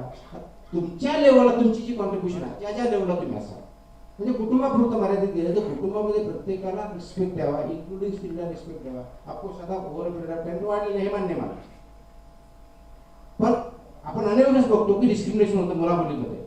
आपण कशाच्या आधारावर अपेक्षा करणार की नाही समाजामध्ये मुलींनी आणि मुलांनी इक्वल पाहिजे, जर घराचं डिस्क्रिमिनेशन असेल तर हे जे आहे ना, दुसरं कोणतरी येईल आपल्याला करेल, ही भावना जोपर्यंत ज्या ज्या ठिकाणी असेल तोपर्यंत आपण कुटुंब किंवा समाजातून पुढे जाऊ शकणार नाही, हे लक्षात ठेवलं पाहिजे. ऍब्सोल्युटली. आणि ती जबाबदारी जशी तुमच्याकडे अधिकारी तशी त्यांच्या सेवा घेणाऱ्या नागरिकांची पण आहे. पण तुम्ही म्हणजे माणूस म्हणून आपण सगळे चुकू शकतो असं म्हणावं, त्यात माणूस हा भाग आणला. भीती वाटते अनेकांना. आता उदाहरणार्थ तुम्ही एफडीए कमिशन म्हणून सध्या सगळ्यांना आवाहन करताय की काही कंप्लेंट असेल, कुठं काही दिसतं, तुम्ही ते पोर्टल सुरू केलंय, तुम्ही कंप्लेंट पाठवू शकता. हे बाकीच्या पण वेगवेगळे सरकारी विभाग करत असतात. पण प्रत्येकाला जेन्युइन हा प्रश्न असतो की भीती असते मनामध्ये की अरे याचं काय होईल, कोण अंगावर येईल, काय करेल, सगळ्यांना असं वाटतं. तुकाराम मुंडे आहेत बरोबर आहे, पण तुकाराम मुंडे IAS ऑफिसर आहेत, त्यांच्याकडे कायद्यानं त्यांना खूप बरंचसं काही आयुध आणि संरक्षण पण दिलंय. बाकीच्यांना तसं नाहीये. त्यामुळं आणि पण हेही माहिती आहे त्याचबरोबर की शेवटी अधिकारी असला तरी माणूस आहे, भीती ही प्रत्येकालाच आहे. मला याच्यावर प्रश्न आहे, म्हणजे भीती कशी घालावी असं नाही म्हणायचं. मला तुम्हाला विचारायचं की तुम्ही ही भीती कशी हँडल करता. आता तुमच्या एवढ्या बदल्या झाल्या, प्रचंड राजकीय दबाव असतो आणि काय असतं, तुम्ही फ्रस्ट्रेशन तुम्हाला आयुष्यात वेगवेगळ्या टप्प्यावर तेही सांगितलं. आम्ही अधिकाऱ्यांसोबत काही काही घडलेल्या घटनाही सगळ्यांना लोकांनी पाहिल्या. तर माणूस माणूस म्हणून तुम्ही ज्याचा उल्लेख केला, तुम्हाला नाही कधी भीती वाटत, आणि जर आली तर तुम्ही ती कशी हँडल करता? असं कधी घडलंय की आता असं वाटलं की यार आता हादर होईल मुळात ना, आता काहीतरी वेगळं घडतंय? असं काही भीती कशाची वाटावी सर, कशाची वाटते? एक माणूस करतो भीषण दोन गोष्टी मला जे वाटतं, म्हणजे माझं जेवढं आपल्याला माहिती आहे सर, एक मृत्यूला घाबरतो. मला मरण आलं तर काय होईल, कशाचं होईल, माझ्या कुटुंबाचं काय होईल, माझ्या मुलाचं काय होईल, वगैरे वगैरे. ऑफकोर्स हे असू शकतं का, असू शकतं. मला तसा कधी अनुभव आला होता का? मला वाटतं माझ्या करिअरमध्ये असे काही मोमेंट आहेत, कमी आहेत पण आहेत, की त्याच्यामध्ये मला खरोखर भीती वाटली. पण हा विषय सांगितला म्हणून एक इन्सिडेंट जो झालेला आहे तो सांगतो. 2011 मध्ये जालना जिल्हाधिकारी म्हणून अपॉइंटमेंट दिली होती. त्याच्या अगोदर मी खादी बोर्डचा CEO होतो. तिथून माझी तिथं पोस्टिंग आय थिंक जूनमध्ये झाली होती, जून 2011. आणि ऑफकोर्स तिथे गेल्यानंतर माझ्या पद्धतीने मी काम चालू केलं होतं. सर्वसाधारणपणे 1 महिन्यानंतर काय मला माहित नाही इन्सिडेंट मला असेच का होता, त्याच्या बऱ्याच वेळेस उत्तर भेटत नाही. जसं आता बार्शीचा इन्सिडेंट सांगितला की ज्यावेळेस अधिवेशन चालू होतं, पहिल्या का दुसऱ्या दिवशी तो इन्सिडेंट घडला होता. इथंही अधिवेशन पावसाळी झालं होतं जुलैमध्ये, जुलै 2011ची गोष्ट आहे. आणि त्यावेळेस पालखी आय थिंक गजानन महाराजांची पालखी होती, पंढरपूर वापस झाली होती. ती ऑफकोर्स जालना जिल्ह्यातून जात होती. जालना जिल्ह्यातून एक अंबड म्हणून तालुका प्लेस आहे, ते क्रॉस केल्यानंतर त्या पालखी, त्या रोड होता, हायवे आहे तो, त्या हायवेमध्ये एक ट्रक आला आणि ॲक्सिडेंट झाला पालखीच्या याच्यामधून निघताना. आणि एक आय थिंक 5 का 6 वारकरी त्याच्यामध्ये ऑन द स्पॉट एक्सपायर झाले. सर्वसाधारणपणे 4 वाजताची गोष्ट असते. मला एक 5-10 मिनिटात काहीतरी फोन आला, असं असं झालेलं आहे, पालखीच्या रोडची कधी ट्रकनी ॲक्सिडेंट झालेला आहे, त्याच्यामध्ये 5-6 वारकरी अनफॉर्च्युनेटली मृत्यू पावलेले आहेत. आणि आता ती पालखी आहे, तिथे वारकरी आहेत ते तिथं ठिया अजून बसले, रोड आलेला आहे. जोपर्यंत जिल्हाधिकारी येत नाही आणि आम्हाला आशुरक्षा त्यावेळेस देत नाही तोपर्यंत आम्ही तिथून हलणार नाही, अशी परिस्थिती आहे, असा फोन मला. जसा फोन आला मी फोन खाली ठेवला, SP-ना फोन लावला, बोलून घेतलं. SP आणि कलेक्टर ऑफिस आजूबाजूलाच आहे. ते 5 मिनिटात आले आणि माझ्या गाडीत बसून आम्ही त्या स्पॉटकडे गेलो. तर सर्वसाधारणपणे 45 मिनिट्स म्हणजे 4ची घटना 4:45 किंवा 4:50ला मी त्या ठिकाणी पोहोचलो. मी SP आता आम्ही काही ॲक्सिडेंट झाला होता, वारकरी होते, त्याच्यामुळे फोन सुरू जाण्याचं काही कारण नव्हतं. एक छोटीशी QRT म्हणतात त्याला, क्विक रिॲक्शन टीमची छोटीशी व्हॅन होती, त्याच्यामध्ये ते काय 8-10 पोलीस कॉन्स्टेबल असतील त्यांना बरोबर घेऊन गेलो, म्हणजे बोलवलं त्यांनी. तर मी माहिती आली म्हणजे आम्ही 4:45 पोहोचला असेल ते 5:15 पोहोचलो. आणि मी चर्चा सुरू केली की त्याच्यामध्ये काय झालं समजून घेतलं. ॲक्सिडेंट झाला होता, ॲक्सिडेंटमुळे ते वारले होते आणि ते सगळ्या तिथंच त्या बॉडी होत्या. मी डिस्कशन केलं. मग ते म्हणजे आमच्या राज्यस्तरीय जे अध्यक्ष आहेत त्यांच्याशी चर्चा करावं लागेल आम्हाला, त्यांच्याशी चर्चा केली, ते सांगितलं. आणि सर्वसाधारणपणे 6 आणि जे काय आपले मॅनेजमेंटच्या टेक्निक असतात त्या मॅनेजमेंट टेक्निक वापरून हळूहळू हा तो जो मॉब होता, वारकरी होते, त्यांना बाजूला घेत बोलत चर्चा घेऊन गेलो. तो by around 6 o'clock it was agreed की आता हे जे आहे ते बॉडी आपण ते उचलू आणि रस्ता क्लिअर करू, हे अग्री झालं. आणि माझी गाडी SP-ची गाडी ती जी होती सगळी ती रस्त्यावरतीच बॉडी ठेवली असली, पण त्याच्या समोर आमच्या गाडी उभा होता आणि आम्ही बाजूला शेतामध्ये गेलो होतो डिस्कशन करत. हे केल्यानंतर 6 वाजता झालं. चला आता आपण तिकडे जाऊया, बॉडी आपण उचलून हॉस्पिटलमध्ये त्याची जी काही पोस्टमॉर्टम प्रोसिजर आहे आपण ती करूया. आणि आम्ही तिकडे निघालो परत रोडकडे. जसं निघालो तसं दगडफेक सुरू झाली. आता दगडफेक तो वारकरी करत नव्हते, त्यांचं काही कारण नव्हतं, कारण ते कन्व्हिन्स झालेले होते, त्यांच्यावर चर्चा पण झाली होती. ह्या 1-1.25 तासामध्ये गावकरी गोळा झाले होते किंवा आजूबाजूचे लोक गोळा झाले होते. संध्याकाळचा वेळ होता, 6च्या आसपास. दगडफेक सुरू झाली म्हणून बघितलं तर लोक 2-3 हजार लोक तोपर्यंत जमा झालेले होते. आम्ही तसं निघालो. बाय दॅट टाइम तिथून पोहोचतो तोपर्यंत माझी जी गाडी होती ती गाडीला पेटवलेली. त्या गाडीला पेटवलेली. ती गाडीला पेटवल्यानंतर आणि त्या बॉडी त्याच्याजवळ ती गाडी, आम्हाला भीती वाटली की जे गाडी म्हणजे स्फोट झाला आणि त्याच्यातून ते जर बॉडीवर पडलं तर त्याचा आणखी एक वेगळाच काहीतरी परिणाम होईल, म्हणून ते विझवण्यासाठी आम्ही प्रयत्न करायला गेलो. बाय दॅट टाइम त्याची व्हॅन होती आणि त्याच्यामध्ये त्यालाही जाळ लागला, म्हणजे त्यालाही आग लावली. आणि त्या आग लावली, लेडीज कॉन्स्टेबल त्या गाडीमध्ये होत्या, व्हॅनमध्ये. म्हणजे माझी गाडी, त्याला आग लावली. पोलीस व्हॅन होती, त्याच्यामध्ये लेडी कॉन्स्टेबल, त्यांना आग लावली. माझा ड्रायव्हर होता आणि आम्ही होतो. तर आम्ही तिथं जाऊन प्रयत्न केला. काही बाकीचे 1-2 लोकांनी, आमचे जे होते 8-10 लोक गेले आणि ते लेडी कॉन्स्टेबल पहिले बाजूला काढले. आणि माझा ड्रायव्हर चालला होता की ती गाडी उजळून, गाडी जाऊ दे, गाडीला बाजूला घेतलं आणि बाजूला राहिलं. पण भीती अजून तीच होती की काय करायचं, म्हणून बघितलं तर मग वाढत होता. आता जिकडून दगड येत होते, दगडफेक होत होती, तिथं काही माणसं ठेवलं, त्याच्यामुळे ते काही होणार नाही. बॉडी थोड्या दूर आहे, तेवढ्या या दृष्टीने ते विझवण्याचा प्रयत्न करा. थोड्या वेळाने ते विझवण्याचा प्रयत्न करून ते काही पूर्ण थांबलं नाही. पण जिकडून दगडफेक होत होती आणि माझ्या लक्षात की दगडफेक वाढत गेली, तर आपल्याला ह्या बॉडी सुद्धा प्रोटेक्ट करता येणार नाही. लेडी कॉन्स्टेबल बाहेर काढून त्या तर वाचल्या होत्या. मग एक सायकोलॉजी असतं, आमच्या ट्रेनिंगचा एक पार्ट असतो. आणि मॉब सायकोलॉजी मला माहिती होती, थोडंफार मी त्याचा अभ्यासही केलेला होता. ज्यावेळेस मॉब सायकोलॉजी असते, ज्यावेळेस दगडफेक होते, ज्यावेळेस तुम्हाला फोर्स समोरून येतो, त्या मोमेंटला तुम्ही जर पाठीमागे सरकले तर मॉब जास्त आकर्षित होतो. मॉब सायकोलॉजी असते. आणि म्हणून मला माहिती होतं की मी, माझ्यावर माझे अधिकारी, म्हणजे SDM होत्या, तहसीलदार होते, SDM होत्या, माझा बॉडीगार्ड होता. तर मी ठरवलं की आपण अग्रेसिव्ह जायचं. हातात काही नाही, वेपन नाही, 3-4 हजाराचा मॉब, दगड येतात. आय स्टार्टेड अग्रेसिव्ह व्यवस्था. बरं, अग्रेसिव्ह अशा पद्धतीने गेलो की आजही माझ्या हातामध्ये वेपन आहे की ते पाठीमागे सरकायला लागले.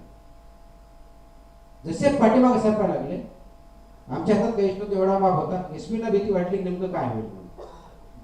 SP पुल्ड मी बॅक, माझ्या हातात धरून पाठीमागे वळलं. आणि ज्या मोमेंटला पाठीमागे वळलं, त्या मोमेंटला मॉब अग्रेसिव्ह झाला. तुमच्याकडे फोर्स नाही, 3-4 हजाराचं मॉब, या समोर बाजूला बॉडी पडल्या, गाडी जळत आहे. आणि हा 15-20 मिनिटं खेळ चालला. बाय दॅट टाईम 5-1 हजाराचा मॉब जमा झाला. आणि ऑलमोस्ट आम्ही घेरावात पडलो, ऑलमोस्ट. म्हणजे फक्त थोडासा रोडच्या बाजूला एक हॉटेल होतं, बाजूला होतं. मग आम्ही ठरवलं की तो जो रोड होता त्याच्यावरती जायचं, बॉडी इकडे होती तर पलीकडे जायचं, म्हणजे मॉब तिकडे, म्हणजे बॉडी अगदी बाजूला राहील. अशा दृष्टीने आम्ही पाठीमागे सरकलो, त्या हॉटेलपर्यंत गेलो. पण तो घेरावा ऑलमोस्ट मध्ये यायची परिस्थिती आली. मध्ये यायला इकडं पडलं की इकडचं माप यायचं, इकडच्या बाजूला गेलं इकडचा माप यायचा. आणि आम्ही घेरावात होतो. त्या मोमेंटला मला 100% वाटलं, जाणवलं, ते 100% जाणवलं. या मोमेंटला जर आपण ऍक्शन घेतली नाही तर आपण जिवंत राहू शकत नाही, कुठेही जिवंत राहू शकत नाही. 5 हजाराचा माप चारही बाजूला होतो. त्यावेळेस भीती वाटली नाही. भीती कधी वाटली? दिस वॉज जून 2011. 2011 येस, जुलै, म्हणजे जुलै 26 जुलैच्या आसपास ही घटना असेल मला आठवते. त्या मोमेंटला माझ्या समोर एक चेहरा आला, आणि तो समोरचा चेहरा होता माझ्या मुलाचा. आणि he was just how many, किती मोठा असेल, 2009चा बर्थडे, ऑगस्ट 2009. आणि 2011 म्हणजे 2 वर्ष पण झाले. त्या मोमेंटला मला भीती वाटली, if something I am killed, what will happen to him. That was the first moment in my life, म्हणजे करिअर मधला, की ज्यावेळेस मला ऍक्च्युअली भीती वाटली. आणि त्या भीती वाटल्या तर मी काय केलं असेल? मी फोन लावला, उचलला, कारण मुंबईमधले ज्यावेळी ते घर नव्हतं, म्हणून पुण्याला मिसेस होते, कारण मला 1 महिना झाला होता, अजून घर तिथं रिपेअर चालू होतं. गेस्ट हाऊसला मुलगा असल्यामुळे ठेवू शकत नव्हतं. पण पुण्याला आमचे जे बंधू आहेत तिथे ती राहतो. फोन केला, एवढंच सांगितलं, टीव्हीवर काही बघत असेल तर बघू नको, मला काही झालं नाही, मी व्यवस्थित आहे. दिस इज द कॉल आहे, फोन ठेवा. आणि मला हे 100% माहिती आहे, त्या मोमेंटला जर मी ऍक्शन घेत नाही तर हे आउट ऑफ कंट्रोल जाणार आहे. आपल्यापैकी कोणाच तरी कॅज्युअली किंवा सगळेच म्हणणार आहे. त्या मोमेंटला मी डिसिजन घेतला, we need to fight, not for my interest. कारण तिथं सर्वजण वारकरी होते, वारकरी माझ्या पाठीमागे होते. जर असा गेला झाला त्याच्या वारकऱ्यांची जे जीवितहानी होऊ शकते. इन बिटवीन हे सगळं करताना आम्ही ज्या ठिकाणी उभा होतो त्याच्या पाठीमागे टँकर उभा होता. येऊन उभा राहिला तिकडून कुठेतरी, आमच्या लक्ष पण होतं, आम्ही याच्यात होतो. जसं बघायला गेलं तर टँकर हा पेट्रोलने फुल होता. आता जर तिकडं कुणी अग्रेसिव्ह झालं, त्याच्यावर जर काही गाडी पिढी टाकून त्याला होता, तसा स्फोट काय होईल, किती लोक मरतील याची गॅरंटी नव्हती. त्या मोमेंटला लक्षात आलं की वारकऱ्यांचे नुकसान, जीवितहानी होऊ शकते, याचा जर स्फोट झाला तर आणखी लोक मरू शकतात. I had to take a call and I order shoot. मग जी काय प्रोसिजर ती फॉलो केली, त्याच्यामुळे शूट करावं लागलं. त्याच्यानंतर त्या शूटिंगमध्ये पुढची काही गोष्टी ज्या व्हायच्या त्या झाल्या. मॉबवरती पुढच्या 10 मिनिटामध्ये मॉब शांत निघून गेला. नॉर्मलाइज झालं, त्या गाड्या शांत करून कराव्या लागल्या. गाड्या जळून गेल्याच होत्या, पण ती बॉडी मग त्याच्यानंतर लिफ्ट करून आम्ही हॉस्पिटलला नेल्या. हे सगळं करत असताना जी भीती वाटली, एक तर मुलाची वाटली आणि दुसरी जी भीती वाटली की तिथले जे वारकरी आहेत, जे पंढरपूर येतात, वारकरी जातात, ऑलरेडी 6 का काहीतरी डेथ झाले होते, आणखी काही डेथ झाले, तर नेमकं काय उत्तर देणार कुणाला? गव्हर्नमेंटला म्हणून नव्हे, स्वतः ॲज अ डिस्ट्रिक्ट मॅजिस्ट्रेट म्हणून मी जर हे जीव वाचू शकत नसेल तर याच्यापेक्षा वाईट गोष्ट काय असू? तर ती भीती त्यावेळेस वाटते की त्यावेळेस वाटली. त्याच्यामुळे मला मरणाची भीती वाटली का नाही, मला भीती याची वाटली की फेलियरची. म्हणून मी 2 प्रश्न विचारले होते की भीती कशाची वाटते, मरणाची वाटते. आता तुम्ही जगत आहात, कधी ना कधी तर मरणारच आहात. ते जेवढे दिवस चांगलं जगतायत तेवढं जगा कॉन्ट्रीब्यूट कर, हा पहिला प्रश्न. दुसरा जो आहे, तुम्हाला फेलियरची भीती वाटते. ऑफकोर्स, म्हणजे मला काय म्हणतील, माझं कुटुंबीय काय म्हणेल, माझे आई वडील काय म्हणतील, मला कधी कधी वाटायचं माझा भाऊ काय म्हणेल. ही जी भीती असते ना, त्याच्या पाठीमागं कुठेतरी तुमचा निवडून असतो की किंवा तुम्ही तुमच्याशी ऑनेस्ट होऊन तेवढे प्रयत्न केले नसतात तो. म्हणून तुम्हाला जर तुमच्या फेलियरची भीती वाटत नसेल की तुम्हाला स्वतः माझी इमेज काय होईल, इमेज म्हणजे परत फेलियर आहे, म्हणजे मी स्वतःला असं समजतो, मला लोकांनी असं समजलं तर काय, एक तर तुमच्या डोक्यातली इमेज चुकीची आहे किंवा त्यासाठी तुम्ही प्रयत्न केले नाही, एवढंच होऊ शकतं. म्हणून इथंही जर ऑनेस्टी तुमची असेल की तुम्ही जे इमॅजिन करतात ते बरोबर आहात का, आणि जे करायचे तुम्ही त्यापर्यंत प्रयत्न करतात का, ह्या 2 गोष्टीची तुम्हाला भीती वाटली नाही, मरणाची आणि तुमच्या इमेज किंवा तुमच्या फेलियरची, तर जगातली तिसरी गोष्ट कोणतीही तुम्हाला भीती वाटू शकत नाही महाराष्ट्रात. त्यामुळे असे इन्सिडेंट येतील, पण म्हणून त्या भीतीपोटी जर तुम्ही निर्णय घेतला, again you are reacting not responding. आणि मग जीवनामध्ये रिस्पॉन्स करायला शिका, रिॲक्शन देणं कमी करा, एवढंच माझं म्हणणं.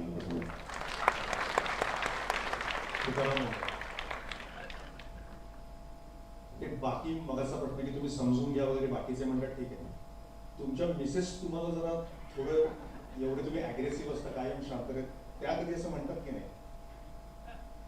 जरा शांततेने, एवढं आक्रमक होऊ नका, कारण बाकी एवढे सगळे तुमच्यावर काय टीका आणि बाकी सगळ्या गोष्टी होत असतात, आणि तुमची नेहमीची कामाची स्टाईल आणि विशेषतः ज्या प्रकारच्या कारवाई तुम्ही करता. तुम्ही जसं पब्लिकच्या बाबतीत म्हणता की जरा सबरून घेऊन 3 वर्ष काढा, तसं घरी पण काही ना काहीतरी होतच असेल. But credit should go to म्हणजे मी या ठिकाणी जर असेल, माझ्या पूर्ण कुटुंबाचा, म्हणजे पत्नी, मुलं, भाऊ, बहिणी, आई, वडील यांच्या सपोर्ट शिवाय मी कधीच करू शकलो नसतो, कधीच नाही. आणि या सगळ्या प्रवासामध्ये माझा पूर्ण फोकस हा पब्लिक सर्व्हिसमध्ये आहे. घरची माझ्यावर कोणतीही जबाबदारी नाही आहे. ती जबाबदारी एक तर मिसेसनी घेतलेली आहे किंवा भाऊने घेतलेली आहे, त्याच्यामुळे बाकी तुम्हाला कधी बरोबर नाही. तुकाराम मुंढे IAS सर्व्हिसच्या पलीकडचं आयुष्य काय पाहता? सर्व्हिस नंतरचं आयुष्य तुम्ही पूर्ण, म्हणजे हा तुम्ही पूर्ण सर्व्हिस पूर्ण करा, तुम्हाला एवढी ओपिनियन्स आहेत, मतं आहेत, अनेक गोष्टी करायच्या आहेत. मला आहे का माझ्याबद्दलच्या? तुम्हाला त्याच्यामुळे तुम्ही सेवेतच पूर्ण वेळ तुमचा असाल की तुम्ही त्याच्यापेक्षाही बाहेर जाऊन पुढे आणखी काय करू पाहता स्वतः? मी पब्लिक सर्वंट आहे. आज मी आजच्या दिवसाचा आणि आजच्या पोस्टचा विचार करतो. तुम्ही 5 वर्षानंतर कोणत्या पोस्ट असेल मी सांगू शकणार नाही, कुठे असेल हे सांगू शकणार नाही. तुम्ही सांगू शकाल का तुमच्याबद्दल? त्याच्यामुळे सर्व्हिस नंतरचं ज्यावेळेस वेळ येईल त्यावेळेस खूप वाचन येत मी काम करतो करू द्या मला.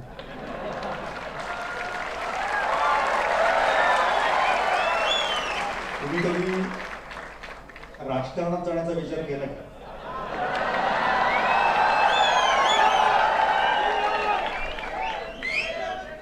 त्यांना मी पर्याय दिलाय असं समजू नका किंवा काही समजा.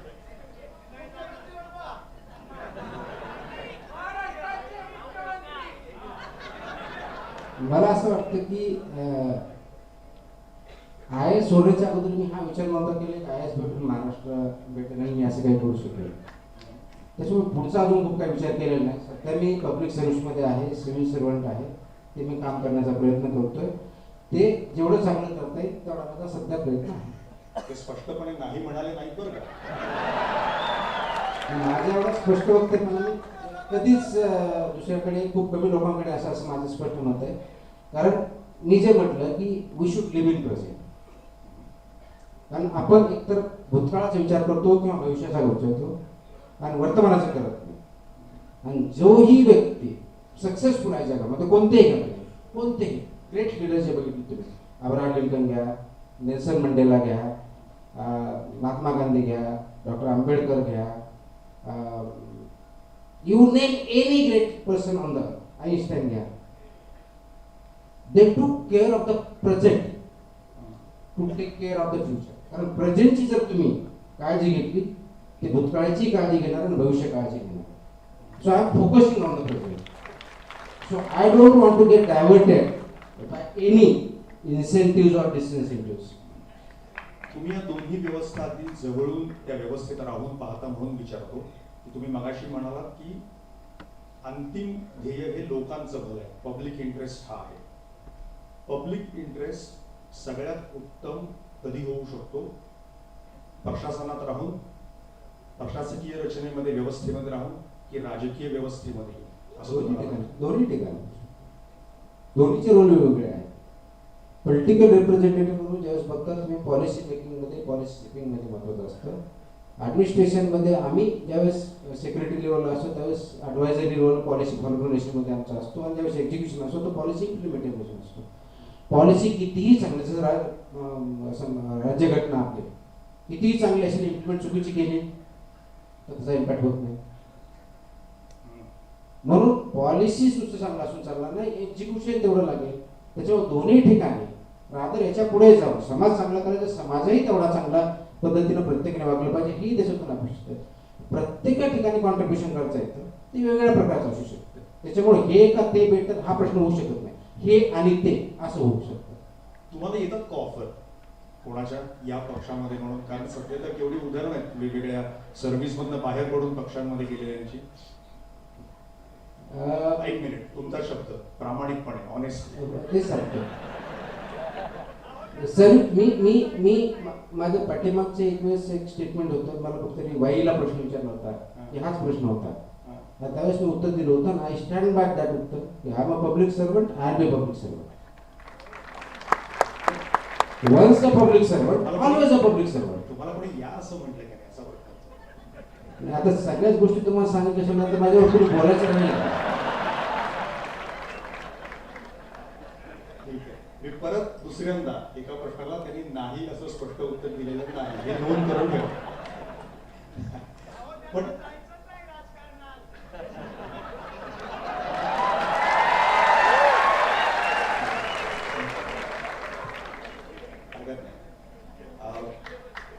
मला वाटतं वेळ बराच झालाय. बराच, येस, वेळ काही भरपूर प्रश्न झालाय. तिकडून येणार असतील ते येऊ द्या. तसंही वेळ भरपूर झालाय. मला असं वाटतं की आपण आता शेवटाकडे आलोच आहोत. बहुतेक तसं काही प्लॅन केलेलं दिसत नाहीये. प्रश्नोत्तर नाही आणि आहेत ते का? एकदा मला माहित नाही, म्हणजे मला सांगण्यात आलं असेल तर काही प्रश्न घेतील म्हणून विचारलं. बर, हरकत नाही, आपण काही प्रश्न, पण एक दोन प्रश्न घेऊया. फक्त प्रश्नच विचारा. हा, हे उभे आहेत का मध्ये? हा, येस. White shirt.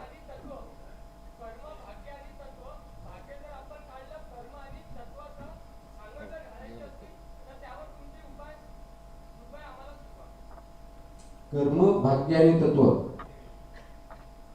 तीन शब्द. भाग्य म्हणजे काय? म्हणून मला ते भाग्याचा अर्थ माहित नाही म्हणून विचारलं.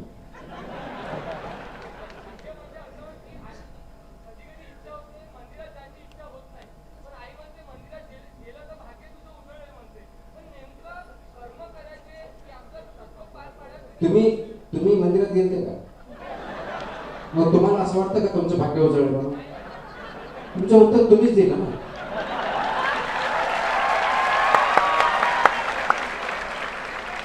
कर्म करत राहावं. आपला कर्म करण्याचा जो उद्देश आहे तो योग्य पाहिजे, तो गोल योग्य पाहिजे, पद्धत योग्य पाहिजे, ऑटोमॅटिकली रिझल्ट येते.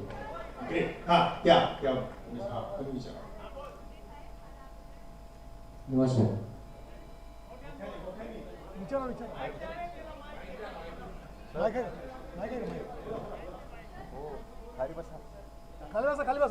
शांत थोडं, त्यांना विचारू द्या.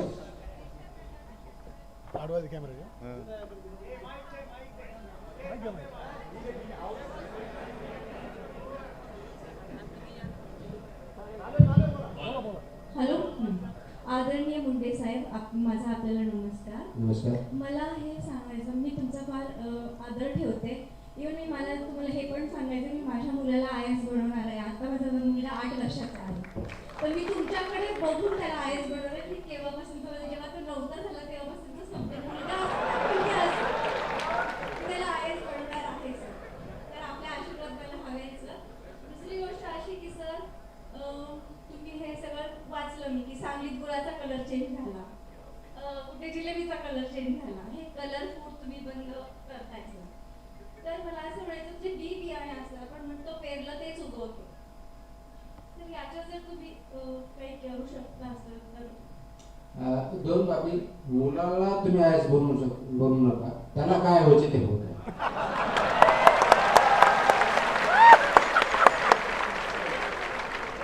तुमचा रोल हा पाहिजे की त्याला एक चांगला व्हॅल्यू सिस्टम, चांगला माणूस बनवण्याचा प्रयत्न करणं, जो लहान वयात आहे तो प्रयत्न. हा पहिली गोष्ट. बी बियाण्याच्या बाबतीत जो विषय आहे तो माझ्याकडे नाही, तो ॲग्रिकल्चर विभागाशी संबंधित आहे. मला समजतं की समजा भाज्यावरती आपण म्हणतो की खूप पेस्टिसाईड फवारले जातात, युरिया घातला जातो वगैरे वगैरे वगैरे हे म्हणतो. मार्केट फोर्सेस असे काम करतात असं की डिमांड सप्लाय. आणि डिमांड सप्लाय नंतर आपण ज्या मोमेंटला नागरिक म्हणून ज्यावेळेस गिराईक म्हणून हे सांगितले की मला पेस्टिसाईड वाटे भाज्या नको, पेस्टिसाईड आणणं नको, तर ऑटोमॅटिक शेतकरी त्याप्रमाणे प्रोड्यूस करेल. कारण ज्या पद्धतीची मागणी आहे त्या पद्धतीचं सप्लाय पण होतो. त्याच्यामुळे एका बाजूला तिकडे काम केलंच पाहिजे, शासन त्याच्यावरती करत आहे, त्यांनी पुढाकार करत आहे डेफिनेटली. पण त्याचबरोबर ॲज अ नागरिक म्हणून समाज बंधू सुद्धा आपण हा मेसेज दिला पाहिजे की आपणही हे जे पेस्टिसाईड आहे, युरियाचं फूड खाणार नाही असं जर निश्चय केला, तशी मागणी जर केली तर ऑटोमॅटिकली दोन्हीच्या माध्यमातून हा परिणाम डेफिनेटली लवकर येऊ शकतो. मला माहिती आहे, मला माहिती आहे की खूप सगळे प्रश्न एक आणखी. येस तुम्हीच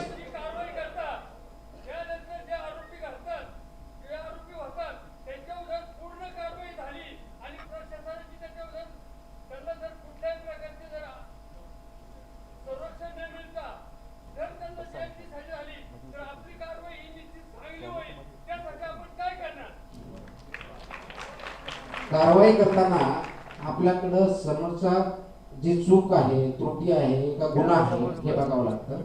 त्याचे कायद्याचे काही नियम आहेत. फूडच्या बाबतीत जर बघितलं तर अडल्टरेशनसाठी वेगळे नियम आहेत, सबस्टँडर्ड फूडसाठी वेगळे नियम आहेत आणि अनसेफ फूड ज्याला म्हणून त्यासाठी काही नियम आहेत. जो अनसेफ फूड असुरक्षित अन्न देतो किंवा विकतो, तयार करतो, त्याला जन्मठेपेची शिक्षा आहे. त्या ठिकाणी जन्मठेपेसाठी प्रॉसिक्युशन कोर्टात चालतात केसेस, त्यानुसार पुढची कारवाई होते.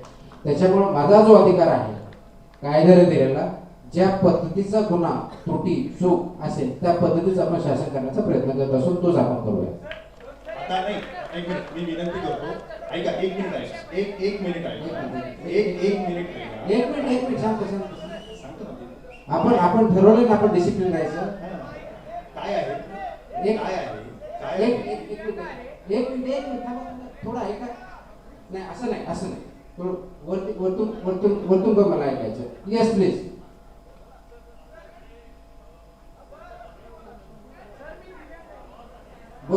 प्रश्न.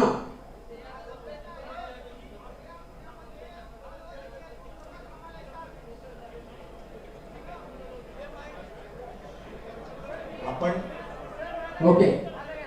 आपण यांचा मला आवाज येत नाही तुमचा. हॅलो.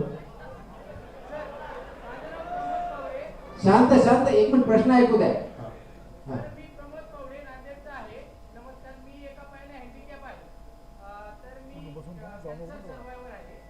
माझ्या एका पायावरती 2000 किलोमीटर एका पायाने सायकल चालवली आहे. तर माझा प्रश्न असा आहे, लोक ज्यावेळेस अपंग आहे किंवा डिसेबिलिटी आहे असं आमच्याकडे या नजरेनं बघतात, तर खरंच आम्ही डिसेबिलिटी आहोत का लोक डिसेबिलिटी आहेत, याच्यावर काय आपलं उत्तर आहे? मला असं ते याच्यावरती क्लिअर असं आहे की आपल्या समाजामध्ये अनेक वर्षापासून किंवा काही काळापासून काही गैरसमज होते किंवा आहेत. त्याच्यामुळं डिसेबिलिटीच्या बाबतीत 2016चा जो कायदा आला आहे त्यानुसार त्यांना फक्त डिसेबिलिटी नंतर एम्पॉवरमेंट करायचा हा त्याच्यामध्ये निर्णय घेतलेला आहे आणि त्यानुसार शासनाचं काम चालू आहे.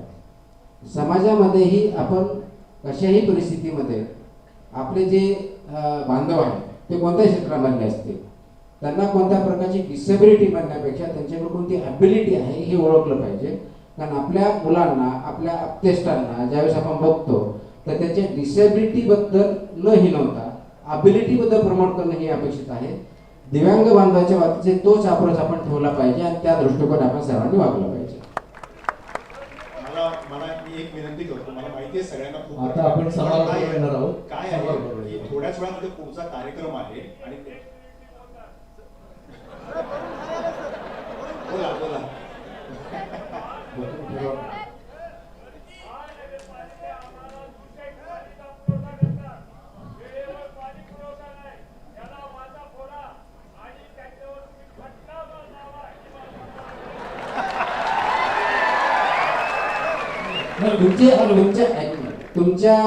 तुमची जी तक्रार आहे त्याची नोंद माझ्याकडे झालेली आहे. आपल्या महापालिकेचे जे आयुक्त आहेत त्यांना मी सांगेन, माझी एवढीच विनंती आहे की जसा त्याला आवाज माझ्याकडे फोडण्याची इच्छा आहे, आपणही तो आवाज जर फोडला तर निश्चित त्याच्यावरती परिणाम दिसतील. माझ्या दृष्टिकोनातून तुकाराम मुंडे कसे आहेत हे फक्त मी सर्वांसाठी फक्त 15 सेकंद. काही आमचा वाघाचा निर्भाव आमचा ठाव्याचा, अरे काही आमचा वाघाचा निर्भाव आमचा ठाव्याचा, ढकला जो आमच्या नादी धाव टाकून घरी विकावाचा. अख्ख्या भारतामध्ये आवाज गुंजतो एकच आवाज, तुकाराम मुंडे जिंदाबाद. मी एकच सगळ्यांना विनंती करतो की पुढचा आता प्रश्न होणार नाहीत. राष्ट्रगीतासाठी सर्वांनी उभं राहा. आपण सगळ्यांना माहिती, सगळ्यांना खूप प्रश्न आहेत पण वेळ कमी आहे, पुढे कार्यक्रम आहे. पण आज मला असं वाटतं की आज आपल्याला खरं तर सर्वांनी सावधान स्थितीमध्ये उभं राहा आणि आता आपण राष्ट्रगीत सुरू करतो आहोत.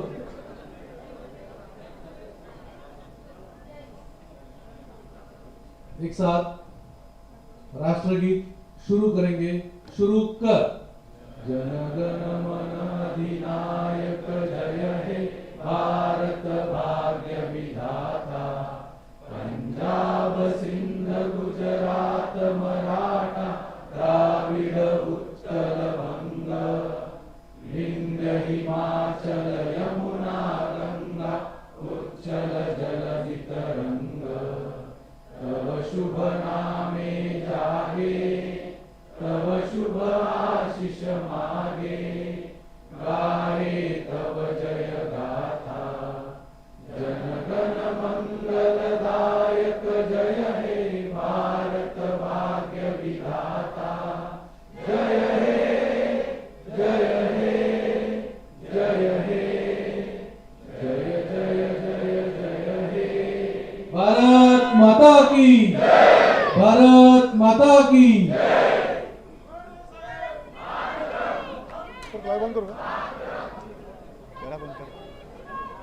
पडदा द्या पडदा.